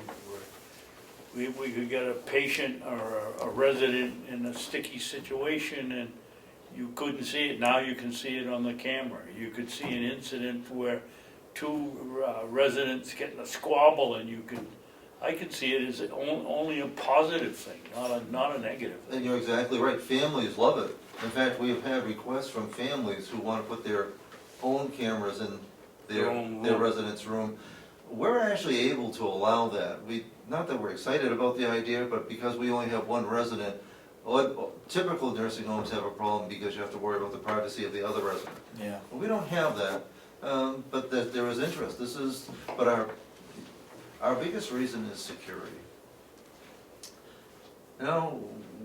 People break into veterinary clinics, pharmacies, all kinds of places. I want our staff, when you look at the monitor on Sasha's desk, that's a sign to anybody that's casing the place, that yes, we have cameras. If you weren't smart enough to see the cameras, which we make no effort to hide, we want you to see that we are monitoring, so go find some other place to break into, steal from. Is there a sign on the front door that says that we are monitoring your... There's not. We have monitors up for our facility? There is not, and none is required. You do have to have special signs. I think we have one down here. You do here. You have to have special notice when there's any kind of audio recording. There's a different set of laws for audio than there is for video. And the video helps us also in falls, incidences. That's what I'm talking about. Yeah. It's a something- positive, not a Right, negative. no, absolutely. We had one 2 weeks ago. Yeah. Woman fell. Or a car. Car accident? If there's a dent in a car, we can determine, a staff member comes out and says, my car was dented, must be somebody else. Well, we can determine whether, at that point, we review the footage to see, well, no, nothing, you pulled in next to somebody and nothing happened, it must have happened somewhere else, or in fact, it did happen here. And there's some concern that Howie has access to this at his house. How long do we keep the video? How long is it good for? Does it disappear after a week, or is it revolving? I have to check with John, but it's pretty extensive. We're talking months. month, that We're you talking- keep a record of it. It's digital, it's no longer the tape system. So Okay. it's digital and we're, you know, you can get terabytes of storage now instead of gigabytes. And so that we have a lot of storage. Our cameras only actually record when there's motion. So it's not recording all the time, only when there's something to record. Have you talked about admin having access to that outside the facility? I haven't, but theoretically, well, in theory, in practice, Bob and I both have access. I can't speak for Bob, but I've never used remote access. The only time we're actually monitoring is when we're looking for something, where, you know, a few weeks ago, there was damage to a wall. We wanted to see, well, was this a kitchen cart? What happened to that wall? Certainly with falls or accidents. The biggest thing, the time that we use it the most is every once in a while, our residents have a wander control. But if they can get out, if they're essentially allowed to by somebody else, we call it tailgating. Well, it's awful important to go back and look at the tapes to see when did that resident go out to prevent that elopement. Was it a systems failure? Was it, what went on? So the vast majority of times that we review tapes, which is very seldom, is to look to see, how did that resident get into the foyer area? And just to be sure that we'd investigated thoroughly. So what is the problem there? What are we discussing, whether we put up the cameras, we There- take them down, or? No. what? I just want you to know that this is out there for some reason. People Okay. think that administration's sitting in their office looking at staff all day long. I mean, Well, you I think have Howie you has- have my full support. I think Howie has Yeah, mine too. more things to do than that. If not, then we need to think about it. Well, that is the poorest way to supervise there is. You're supervised by being out there. You mentioned somewhere in here, I think, updating. Do we add more cameras? Do we change the cameras, or We just added We added cameras a few, yeah. about 2 weeks ago, and this is where this all came into. We still, outside as well as inside? we still have, I think, 2 outside cameras to complete. The west parking lot wasn't supervised. We took things in past years as far as the money would take us. I think this is gonna pretty much wrap things up. We went with the first floor this time because we have access to the courtyards, places where a resident could get out, and they theoretically shouldn't be able to, but if they did, there's a freezing problem. There's also another emergency door. So the first floor was the priority. Whether we need to do anything more on the second floor, it's not gonna be a major priority if it happens at all. We have also, you know, with an eye towards protecting ourselves and our staff, you know, we also have the provision pre-wired to be able to add cameras at our bedrooms. You know, monitoring, I hate to say it, but we need to be able to monitor our narcotics, just to protect everybody. Unfortunately, what happens when something is missing, there's a tendency for everybody kind of gets caught and blamed. I guess what I'm really trying to say is, honest people have nothing to worry about. Are those areas sort of, I don't wanna say inspected, but maybe checked on? I mean, they have locked doors in those bedrooms. They do, and there's double counts, and you have to count off in between, but there can still be problems, typically in long-term care and also in acute care in hospitals. It's diversions. It's a drug that never makes it to the intended recipient. And we have to find ways of monitoring and managing that, because that's a big event when it happens, because it's twofold. It's somebody that's stealing, it's somebody that's typically using, but sadly, and most importantly to us, it's a resident who's not typically getting the pain medication that he or she needs. And that's a, you know, forgetting to do it is neglect, intending not to do it is abuse. And we have to have systems in place to help ensure that won't happen. So somebody could mark it down on the chart, but it's never given to Yep. the individual. If it's a confused resident who wasn't gonna be, but that resident could be in discomfort, if that's the same person that's required to monitor the effectiveness of the medication, it can happen. That's Yeah. The typical. only way around that is to have two people on the meds from the time they leaves the med room until it's given to the patient. And that isn't efficient either, and that's, Yeah, we can't do I that. can't do that either.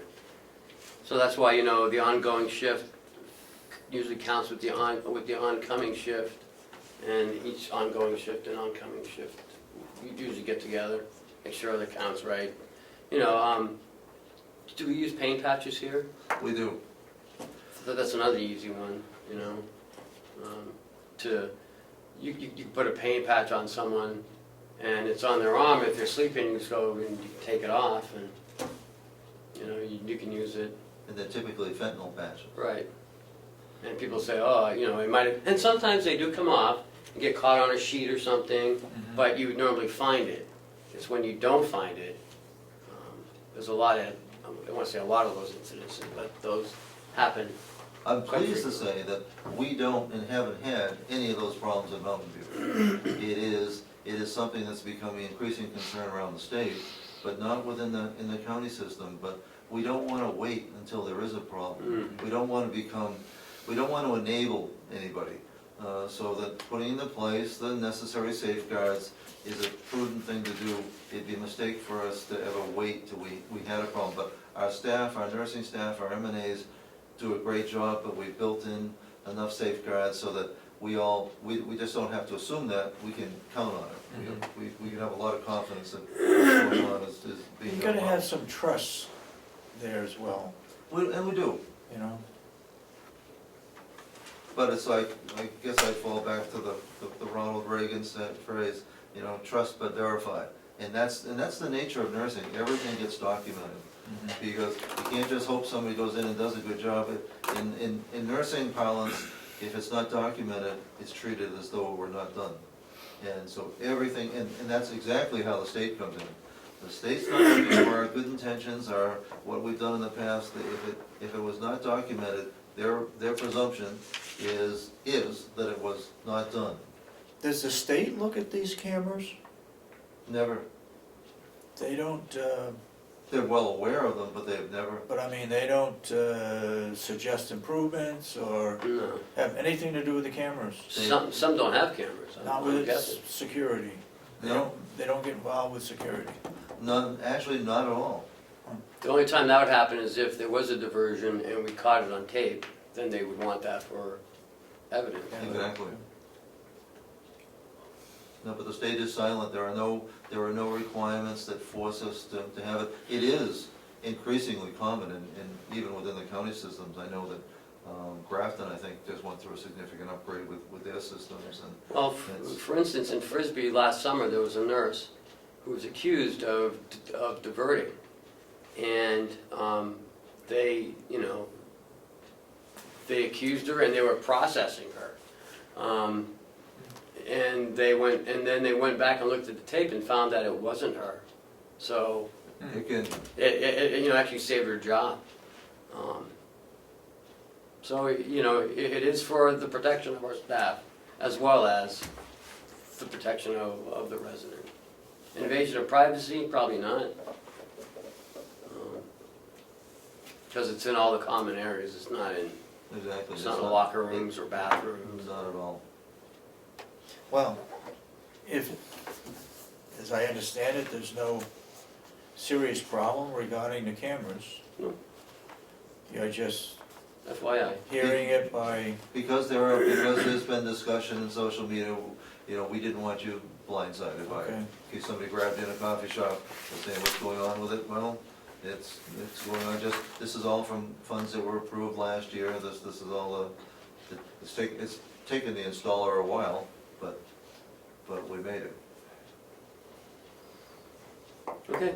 thank you. Thank you, Commissioners. Thank you, Cheryl. Thank you, Alan. Can you hang around for a few more minutes? Oh, yeah, I got Well- plenty I can do.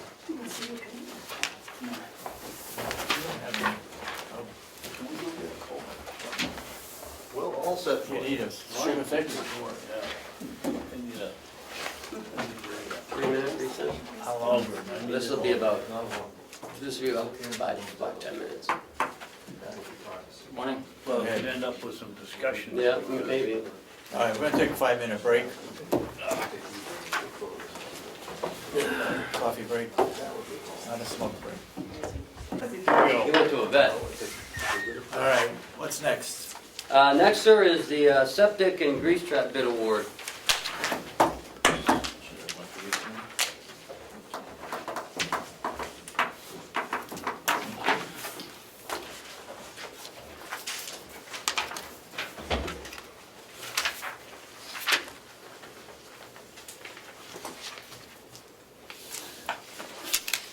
You don't have one? No. I'm the last one in the list. The same one? Yeah, it's just one. Well, I can see right off. Now, this was put out the bid, and it had a clause in there that we could accept or reject any and all bids. Yes. Yep, all our bids have that. And all of these, the criteria for all of these, when they return it, is the same, right? Yes, yeah, basically it was, Nobody's promised in to do just one truckload if it's a truckload and a half, or, no, almost all these, there's a couple of them that gave, full numbers, but majority, I believe the majority of them all gave a per gallon rate. So multiplied by, you know, for the septic example, it was about 118,000 gallons, that we would have done. And then we multiply by that for the gallon to get their prices. you don't have the gallon prices there, do you? Not on this sheet, I just total it up so we can see the difference of the totals. 180? 118. 118,000. 118,000. Will, could you tell me which ones we presently have now? We currently have Septic Solutions, the lowest bidder on the septic, and we currently have Stewart's on the gray. We have Stewart's? Yes, on the grease tanks. So they're the lowest bids, the ones that we, Currently have, correct. Well, looks like there's not gonna be any change. is the grease tank the problem? That has to be hauled away? Don't we have something that goes to the Ossipee? Yes, the septic The tanks, septic does? all the septics go up to Center Ossipee, to Camp David, but the grease has to be, they don't take grease up there, so it has to be, Stewart's has their own plant, and I'm guessing that's why they're so much cheaper. And then the rest of them, well, I'm not sure about Hardigan, but I know the rest of them below that would have to truck it down to Allenstown, and that's why they're higher, because they're gonna truck it so far and pay for the disposal of it. So what are you recommending? Pretty much to stay with the same ones. Well, wasn't it 20 cents a gallon? No, 22, I think. Yeah, Well, 22. I just did it here at 20 cents and 118,000, it comes out to 23.60 if I'm running this thing right, and that isn't even on the sheet here. Which, Let me run that again.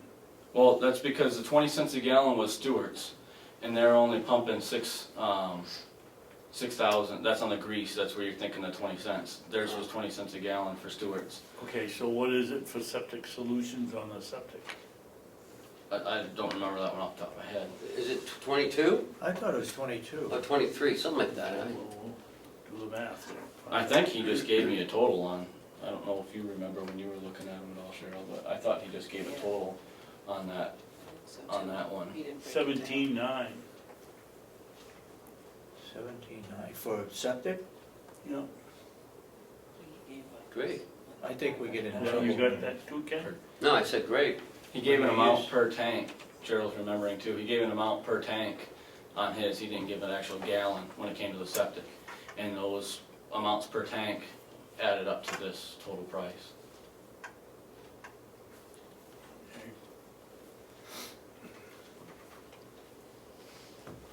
Have they done a good job in the past? He's been with us for this last year, he's done a pretty good job. Can't really complain about, you know, the job, he had to have another truck come in and help him at one point for a breakdown or something, but he got the job done, and, you know, it is a lot cheaper.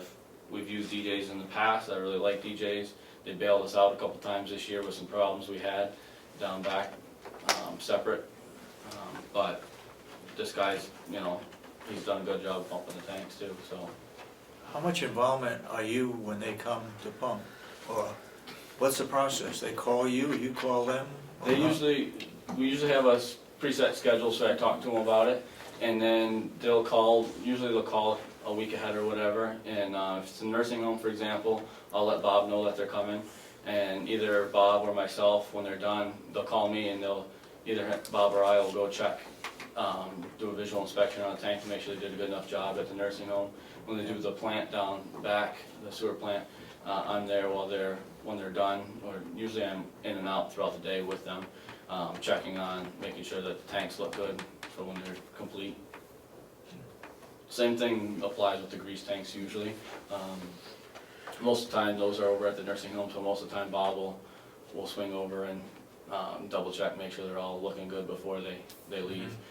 Both companies usually have us sign something, so before we sign it, we want to look at the tank to make sure it's to our satisfaction. Willie, I'm always skeptical when we get a bid and it's one half of the next closest bidder. What does Stewart do different than Hardigan? The only thing I can think of is that they have their own plant. But to be fair, that 20 cents a gallon has been the price we've been paying to Stewart's for probably most of the time I've worked here. Probably 5+ years, that's the price we've been paying. They haven't really changed their price, and they're always lower than everybody else. And I think that's because they process their own. They don't have to pay to get rid of it. They're out of Massachusetts. Okay. That's the only reason I can tell you, but I do know that that's been the price, like I said, for a very long time. I'll make a motion Well, you beat me to it. that we approve the septic solutions for the septic tanks at $21,200, and that the grease tanks with Stewart's at $1,200. Do I hear a second? Second. Any Now- further discussion? Yes, is that $1,200 a year or a pump? A tank, a pump, yeah. It's 6,000 gallons that they come in to do twice a year, so that's what, 12,000 gallons times 20 cents a gallon. Does that sound right, like it comes out, or is it half that amount? Maybe it's 6,000. Okay, I think that's a pumping. okay. Well, maybe we should hold up and make sure we get the... I looked at these a week and a half ago, and I put it all together at that point, so I'm trying to remember what it was, but I thought they said their total was 1,200, well, I know it said 1,200 because that's why I put it down here, but. Yeah, So that's it. this is 6,000 gallons, Right. divided by 20 is, 1,200 divided by 20 is 6,000, so.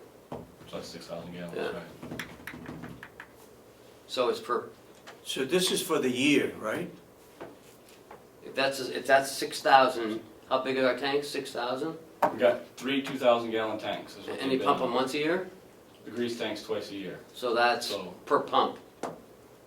right, so that'd be per pump on theirs. Yeah. So you'd have to Per double pump. that, so it'd be So it's $2,400. $2,400. Well, it's gonna be that Goss is quoting the two pumping, the whole job. Well, then that would be still higher. Because you double Stewart's is 2,400. I know, but I'm Still just, less I'm than just, anybody I'm else. just trying to figure out why Goss is 4 times what. I mean, there's gotta be a difference here somewhere. Well, we know Septic Stewart's. Solutions is 100% higher than Stewart's. He's explained why Right, he Stewart's, said because Stewart's. they do their own. And it's been the same price ever since he's been here. So it's not like it's a new price. And Yeah, but is it for one pump or is it for the year? Is That's this- for one pump. one pump. Because Hardigan's So was double 20 it. So it's And $2,400. Hardigan's is for one pump. No, Hardigan's was for the year because it was 22 cents. I screwed up, sorry. Hardigan's was 22 cents a gallon, so that's why you get a 26.40. Stewart's was 20 cents a gallon. They're 2 cents a gallon cheaper, and that's why you have the 24 on the year, like Ken said. I just went off of what their sheet was, but now when you do the math, I should have doubled it on Stewart's. Everybody else put the yearly total, Stewart's didn't. And that was my mistake, I didn't catch that, but So Stewart's actually would be 2,400. Yeah. for the year, correct. Now we're getting someplace. I'll take my motion back. And what is it true for the septic tanks as well? Septic tanks, those are yearly A totals. year, yeah. Those are the yearly ones? Yes.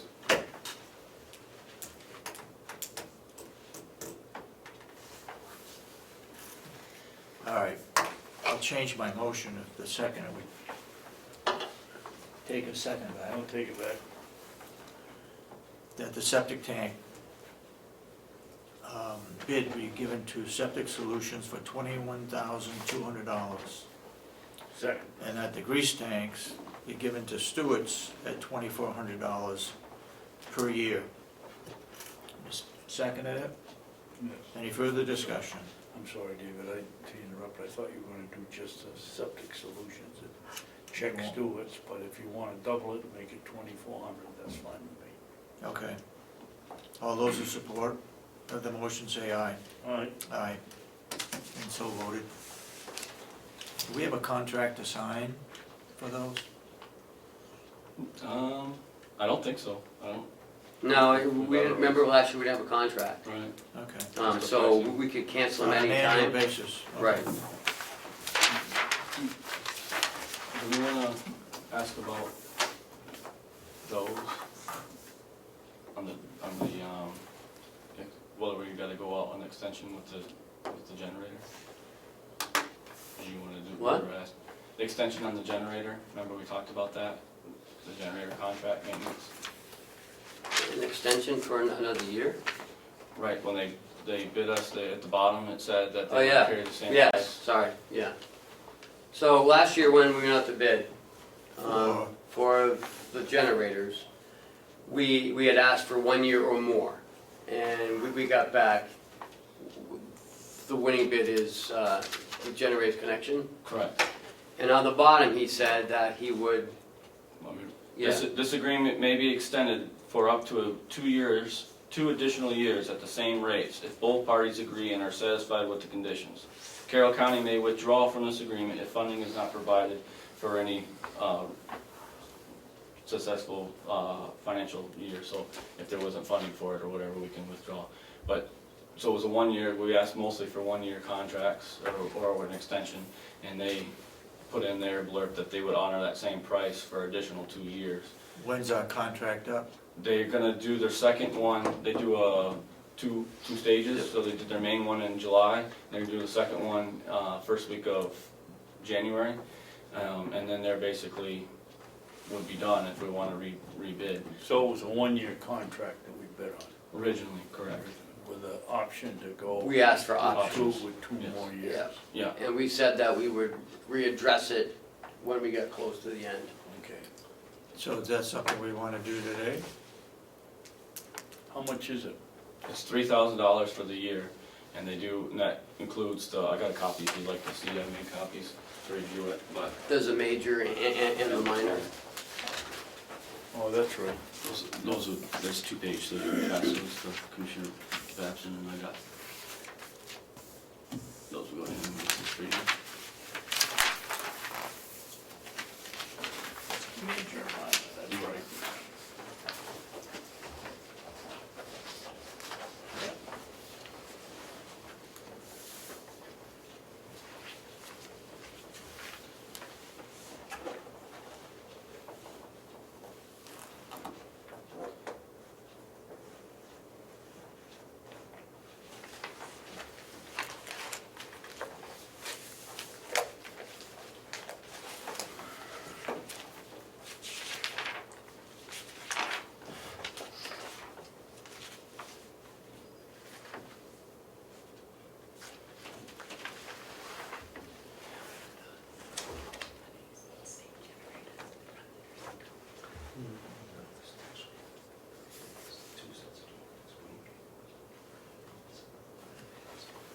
The advantage of having the maintenance contract is also, if there's an emergency or something breaks down when we're doing our regular inspections, we get a discounted rate when they come because we have a maintenance agreement with them. So it's important. Did we sign for both the major and the minor, Will? Yes, it was, that was the package deal that we went with. Okay. And they've been a good company, very knowledgeable. Have they been here and when you called, Mhm. got everything done, supposed to be done? Yeah, they did some major work this year on, They're the ones that actually bailed us out on that outage. yep. They've been really good. The service manager who I deal with on the phone is very helpful and knowledgeable at the different stuff.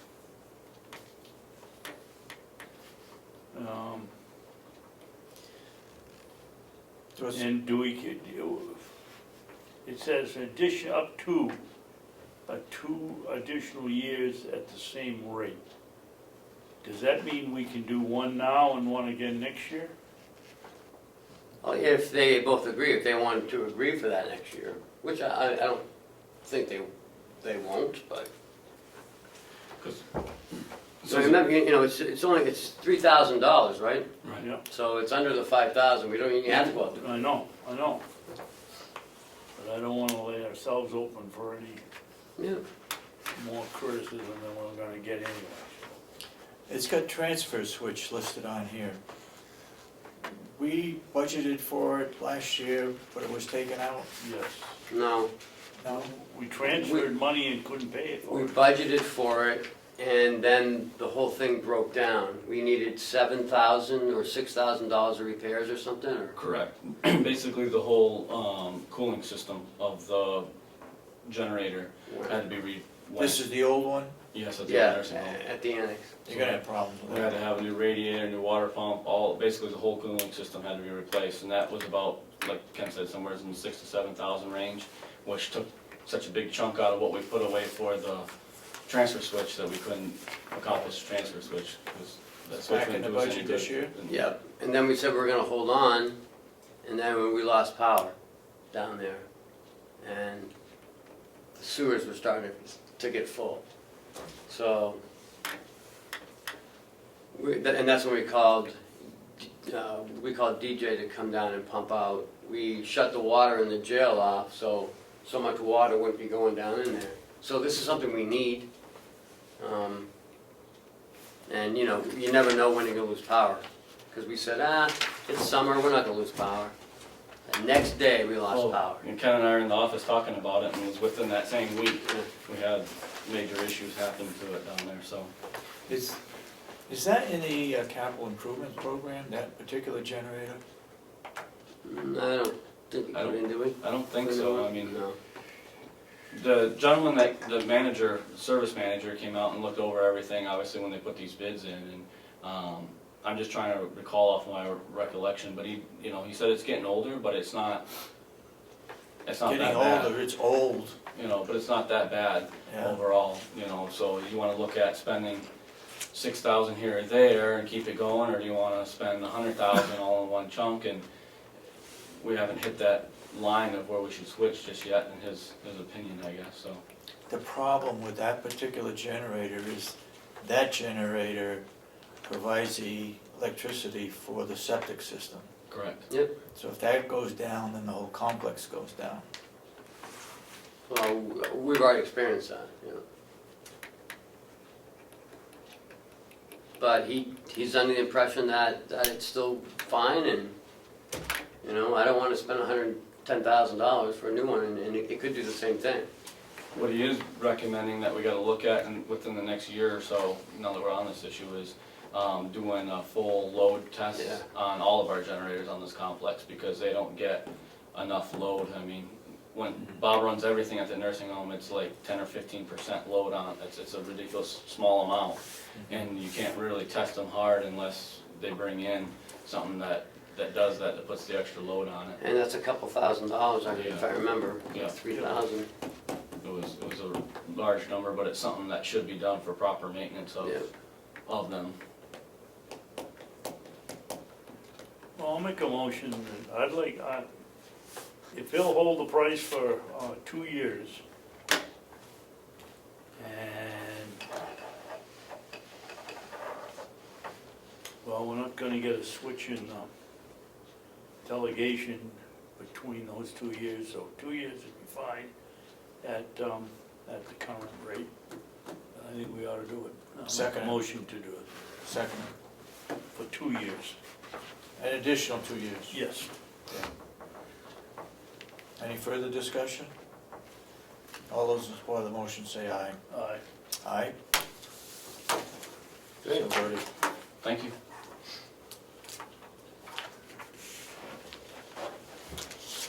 All right.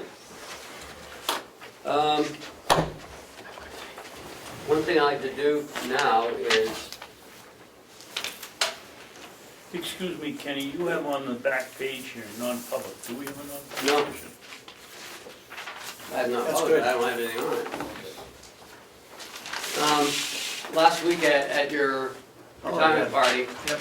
we had your gift that everyone was signing, so I finally had it framed and matted. And I want to present that to you Great. now. Wrapped up? Okay, I shouldn't unwrap it. Well, you want to see what it looks like. It really came out nice.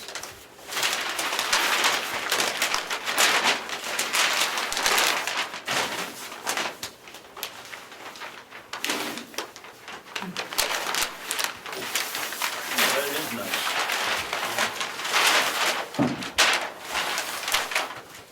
Want me to hold one side of it for you?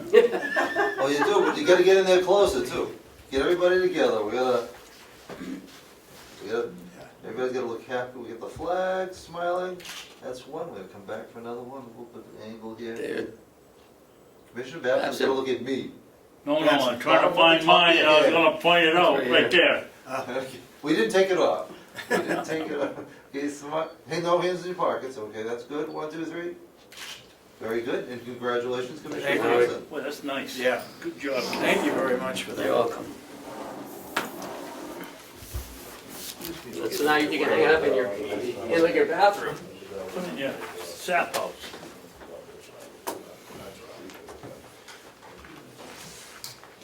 I won't read all of them today. I very much appreciated the effort that went in to put on that party and have President of the New Hampshire Association of Counties present, as well as, I guess he's the executive director, right? No, he He's is the president? president, yeah. And Mike Crayons was also president. Yeah. And he was also present, yeah. It was a surprise, because I thought everything took place here in the morning. Yeah. And you had to do it because I would have never guessed. I thought sure we were going to a union meeting at 2 o'clock. What I'm upset about is I stayed up late that night to read through that contract. That was bad. You said, make sure you read it. I wasn't gonna mention it, but he said, oh, remember we read it Yeah, I once? know, Shouldn't I we know. read that first? I And know. I'm like, oh my gosh. It's very much appreciated. I really Well, you're welcome, thank Commissioner. everybody that was involved. After 18 years, you deserve it, and Wow. that's a little reminder of what you did here. Yep. Um, I wish I had written a book. It's not too late. that's What's that? true. It's not too late. That's true. Oh, but I should have taken notes. Uh, Notes that Yeah, were well, not you don't even remember, minutes. that probably would have been a good idea. Won't remember yesterday. The last thing I have is Oh, yeah. in your packet. Paula did a good job of what what was asked of her. Except it was small and I couldn't read it.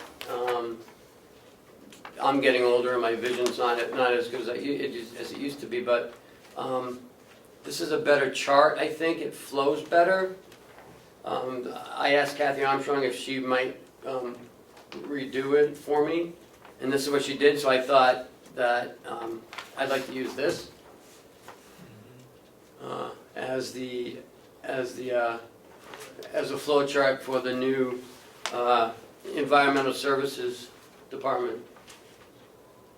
Because remember, we combined 3 departments, maintenance, laundry, and housekeeping, into environmental services. Maybe this would be a good thing to send to Representative Umberger? Yes, I will scan it and send it today. Well, I think you ought to send it to all of them. Yes, I will do that. And to our new commissioners coming in.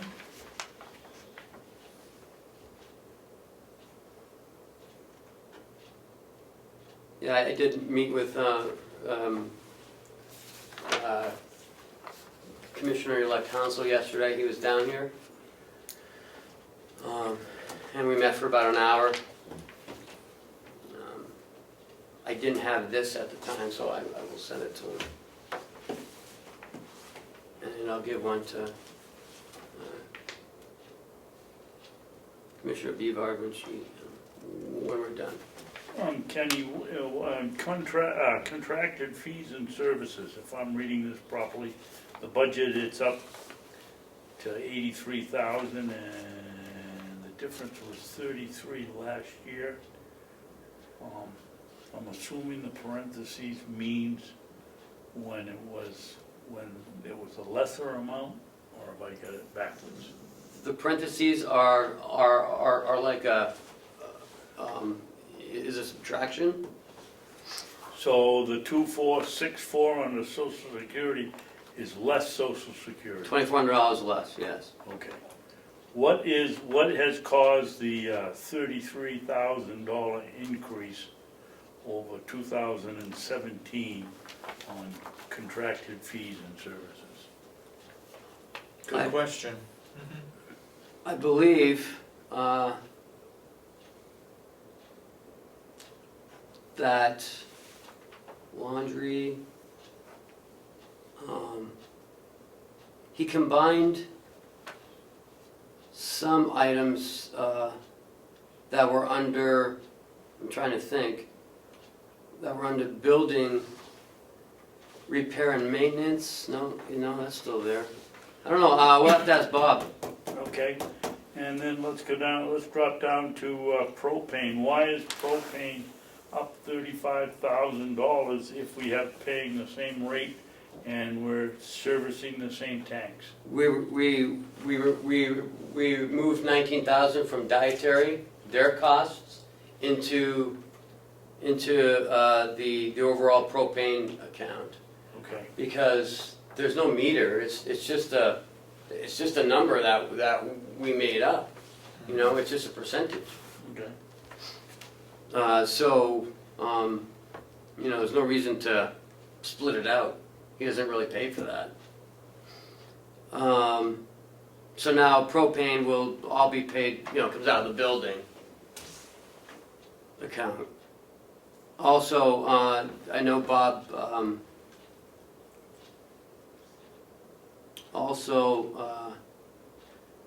but that expires, if I'm correct, in March. Yes. Okay. March or April, Denny was Yeah, there. it's March. It was about, I think it was March. So he might have put a 5% increase in cost or something.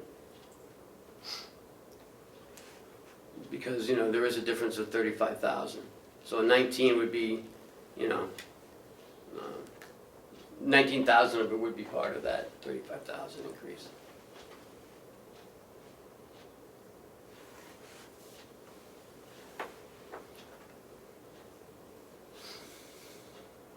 And if you look at pellets, They're up. because of, We increased the price increase No. of the pellets.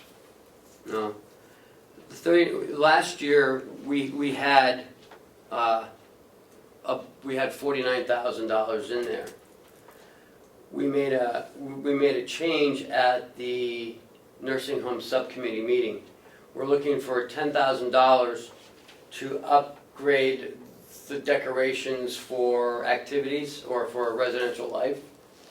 And they wouldn't give it to us, so we just asked them if we could take 10,000 from pellets and move it into that, and that's why So it's gone back up to the original amount of last year.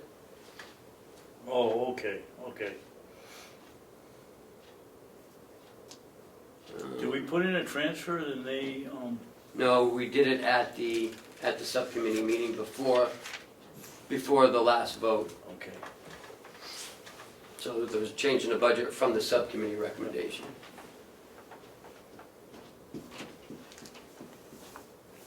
You're gonna have to really study this one, Ken, because there's gonna be a lot of questions, I think, regarding all these changes. Well, I'm sure, you know, You're gonna have to know it backwards and well, forwards. it's gonna be Paula and Bob are the ones gonna be answering those questions.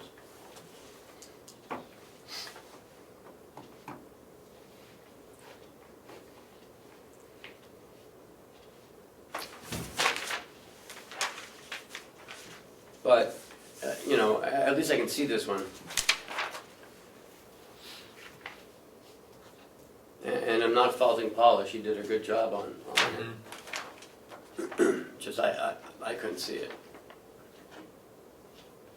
I think over the years, we've gone back and forth. Sometimes the delegation would like to have them separated out so that they can look at each individual department. Some years, they like to have it all combined together, so it's gonna be interesting to see how they accept this. This is our budget. No, it's not, you know, I'd like to work together on this. It's gotta be explained well, no question. Kenny, why on the plant operations you have propane? We've got laundry, under propane. They don't have their own tank in the laundry. Why wouldn't we, have some propane under laundry? We do, it's called propane gas. Oh, wait a minute. I'm looking down laundry and it's blank on mine, I don't know what you got. Well, because it's all in this budget, there's no budget. It used to be 11,500. See, 5160, 062? Oh, well, wait a minute, there's two propane gases. Right, because one was called propane gas, one was Okay. called propane, Yeah. one is Okay. called heating, it's I all the didn't see the same. propane gas, I was looking at propane. Right, but each budget calls it something different, Right. and that's where it gets so confusing. Okay, so that's good. Because we don't heat with oil, we only heat with propane, Yeah, and also pellets, but.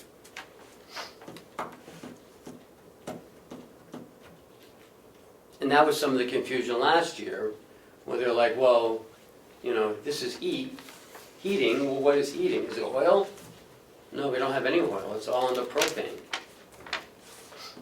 So as, you know, every year, you know, we try to align the budget and try to make it a little bit better, a little bit easier, have it all say the same thing. Carroll Grounds takes into both mowing and snow removal, right? Is there also, it used to be in there that, trash removal was included in that. Is that still included? Yes, That's under a difference. Carroll Grounds. Carroll Grounds, yeah. What is on the care grounds? Trash removal and lawn mowing and snow plowing. There's no expense for that. Is what? There's no expense for that. Maintenance does it, it's an expense for maintenance. It's not an expense for the building. No, but the contract for waste management is $15,000 or $16,000. Right, but we only have one trash compactor. So we do all the mowing and the snow removal for the other $16,000 or $10,000? What? Care of grounds, I asked you. Carroll Grounds is only trash, mulch, Lawn mowing. no, we don't charge for lawn mowing. That's why we have outside maintenance. Well, wouldn't it better description if for the 27.5, if it's just waste, put trash. When I look at care of grounds, I'm thinking of snow plowing, Yeah. lawn mowing, No, weed whacking. no. Well, you say no, but that's what I think. So is that strictly trash? It used to be. No, it's trash, mulch, like, you know, the island, plants, beautification. Care of grounds is misleading. Yes. Well, Carroll Grounds used to be Carroll Grounds. But Yeah. last year, we took all that out. I guess we should rename it next year then, Yeah, to trash and other, Why can't we do it this year? because we already passed the budget and it's done. Oh, yeah. This is December, they're right, it had to be in the first. well, I think you ought to, for the delegations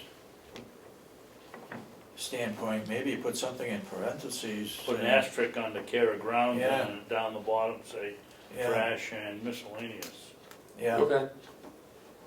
because they're gonna say care of grounds, like what we thought. But the nursing home only pays their share of the trash.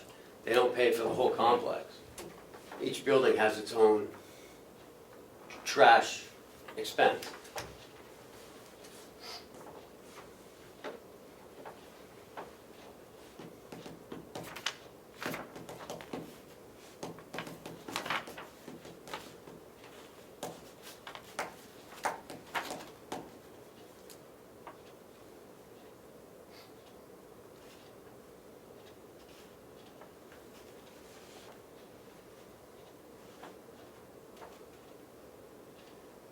So when all this was combined, Good explanation. we had $2,338 in savings, Mhm. but that was because cuts were made. Well, some, and we added some too. Like, you know, contract fees and services, you added 33,000. Salaries, you added $1,390. Retirements, 4,500. General operating supplies, another 5,500 you added. Cable TV, Propane. another 500. Electrical expense, another 10,000. 750. Propane was 35. Pallets was 84. But then there were also reductions. Yeah. You know, new equipment 5,000, equipment repairs 31,000, building repair and maintenance 23,000, care of grounds, whatever you want to call it, 5,000. Medicare 469, Social Security 2464. But if you add up all of that and subtract all of that, there's a net savings of $2,300. Yeah, Kenny, what is, on the care of grounds in 2017, where is the reduction of $5,000? My guess is it's the island that we had in there last year. I think that was 5,000. Yeah, it was 4,000. 45, No, 99, yeah, something something like that. like that. So that, now that that's done, we don't have to do it again this year. Hopefully. Unless a commissioner says it looks awful. yeah. And then a 12-foot radius, Yeah, no, 12-foot circle. 12-foot, no, radius. We, safety-wise around this building, we put in new sidewalks, but did we put in the budget any additional lights in the parking lot? Because that was one of the safety issues that was brought up a number of years ago. Because when Primex did their walk, they didn't say we needed new lights. But No during- lights on, it was during the day. Um, I come here, I'm here at 6 and it's dark, and I think it's plenty light, but maybe we could add one right here. Is that what you're was talking it. about? Yeah, Yeah. Yeah, I mean, I guess we can look at that. Why do we need the lights? for the dispatch people that come in For what? during different shifts. Yeah, but if they're driving a car, if the car has got headlights, they can see in the parking lot. It's to get from the And car they to usually the park building. over there though, they usually park where, we have a big light by the boiler door. That lights up that end of the parking lot. Okay. It's this end of the parking lot that it is darker. It's dark when they go out at night. It seems I to me think that if I were gonna at 5 attack o'clock. somebody, it wouldn't He's be re- at the he's door of the reaching now. sheriff, the door of the sheriff's You know, at office. 4:30, it's almost black out I there. know, it's awful. I'm ready for bed at 4:30. 4 o'clock, in fact. I won't go to-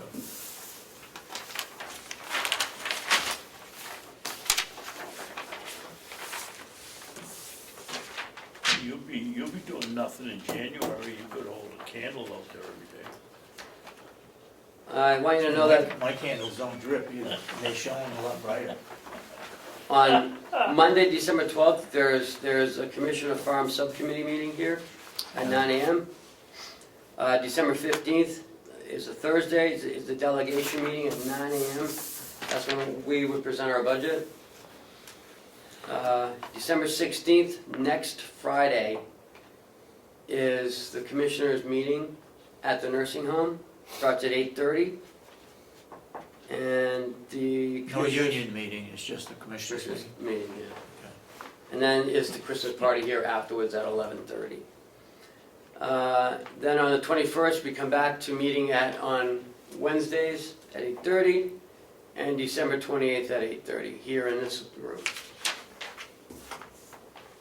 So, If you happen to read the Molten Borough blog, this No, I past didn't. couple days,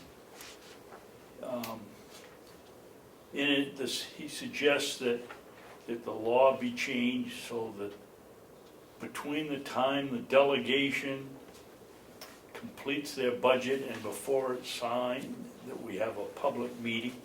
Oh. Because the public meeting coming up, delegation hasn't seen the budget. Public hasn't seen it.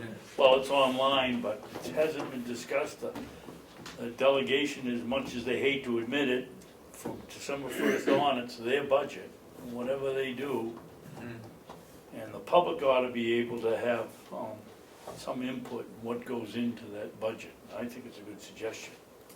Because there's nothing in the so what does law, he want? there's nothing, he wants to have Public the public meeting, hearing on the budget As proposed. after the delegation completes it and before they sign it, so that the public can really have some input into what's going into the budget. If you have it on December 15th, the delegation hasn't even, basically, we're presenting it to the delegation, it's not a public hearing for the public. Yes, it it's is. supposed to be, It's supposed supposed to to be be, a but- public hearing where the public has the input right, into the budget, not the delegation. right. That's right. Delegation Doesn't got work time that way. after that.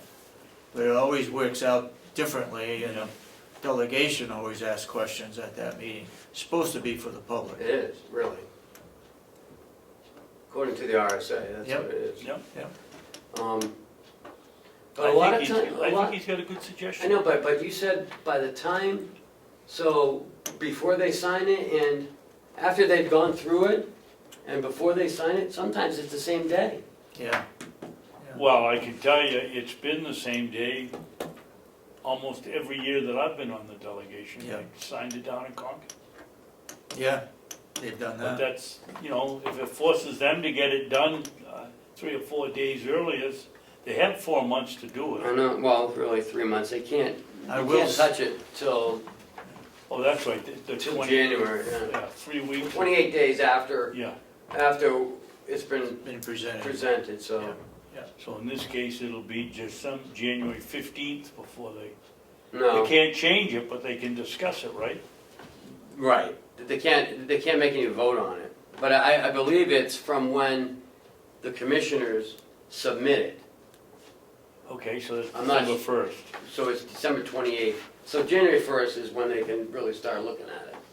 Well, they can look at it before, can't they? But no, Right, I'm they- talking but as not- collectively and start Right. making any decisions. Yeah. I will say, any meetings where they've approved it in Concord, has normally been because the financial officer didn't have all the figures into the budget that they could approve at that particular meeting, because they had made some changes.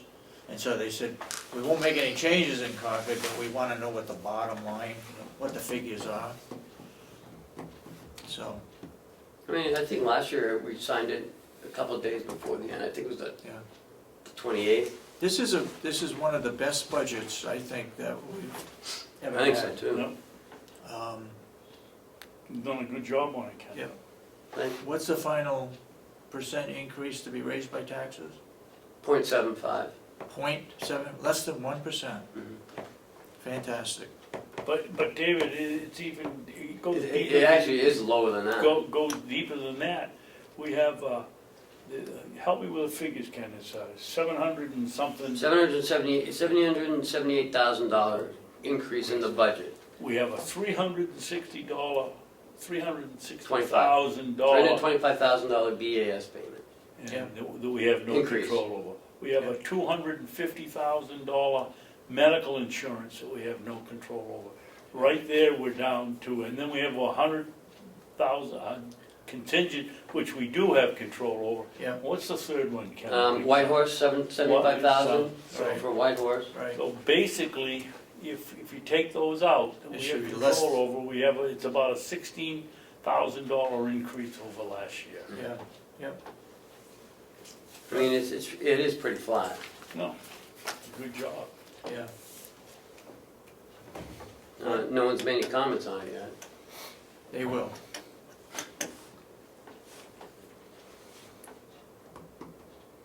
I mean, I'm not saying there's not room for, there's not room for any changes. Have we covered ourselves regarding the transfers?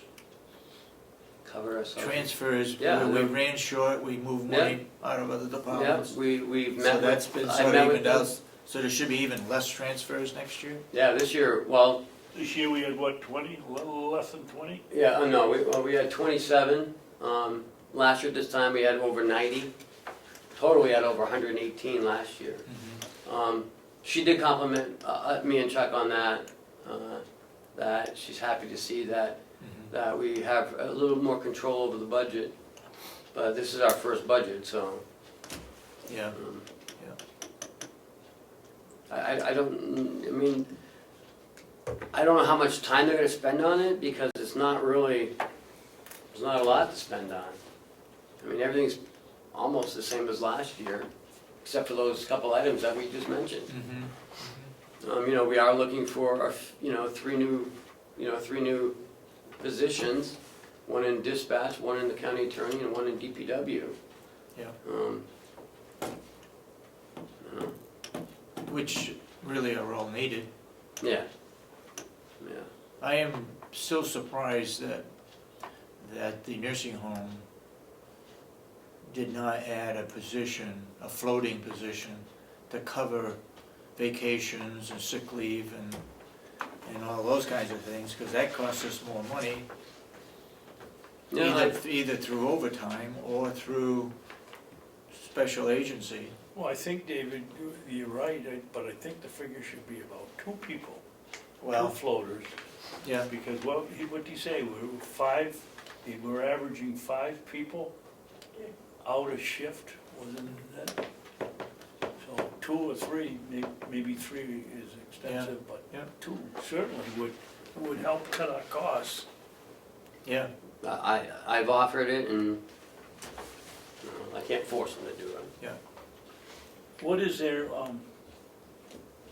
reason for not doing it, Ken? I don't know. I mean, the worst thing that could happen is you have everybody show up and you have 2 extra people yeah. to do, Or- I'm sure they could find some work for them. Or Shift. people know that they have coverage now, so they're gonna call out. That's Well, the- they got extra That's the coverage. negative side of it. Yeah, yeah, So maybe that's what he's thinking. works both ways, I Yeah. guess. Well, I would Okay. think it'd be worth a try. And at the end of 6 months, if it proves out that people are calling in because it's a floater, then you stop it and if it, Well, wait, fire those two people that you hired? you hire them on the basis that it could be a temporary position. There's certain restrictions in the contract that actually address that. Really. Yeah, it can't be more than 90 days, or then it has to become a permanent position. Because you could do that for everyone. You know, you could hire temporary. Being devious, why can't you hire them for 30, what'd you say, 90 days? Two 90-day contracts. Who would do that? I don't know, but the money we're spending, I would think it'd be worth a shot. I mean, what we do is, I think, is just, you know, just Because increase you don't wanna staffing. hire them and fire them if it works out the other way. I don't know, But the way I'll they- give them a little more time, and then, The way they talk about the turnover over there, maybe in 90 days, somebody would leave and you could make the temporary position now a full-time position. and you know, I don't see a lot of turnover, I don't either. but so I don't know they what say- everyone's talking about. And They say that it's there. yeah, I mean, you know, we get the same, you know, morale's low, well, you know, 76 surveys didn't say that. I didn't get that feeling from the surveys.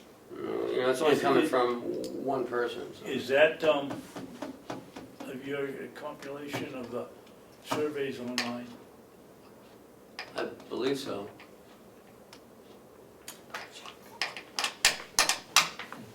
Why are you doing the new survey?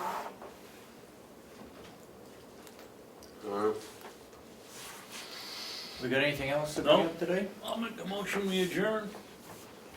Got scuffle early. Second it.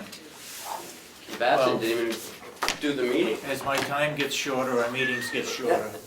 No, we could also blame it on Chris, he's not here and You guys taking be up Well, time. that's true. About the All those in support of the motion say aye. Hold on. Aye. Aye. Yeah, we are done. Hey, I like our new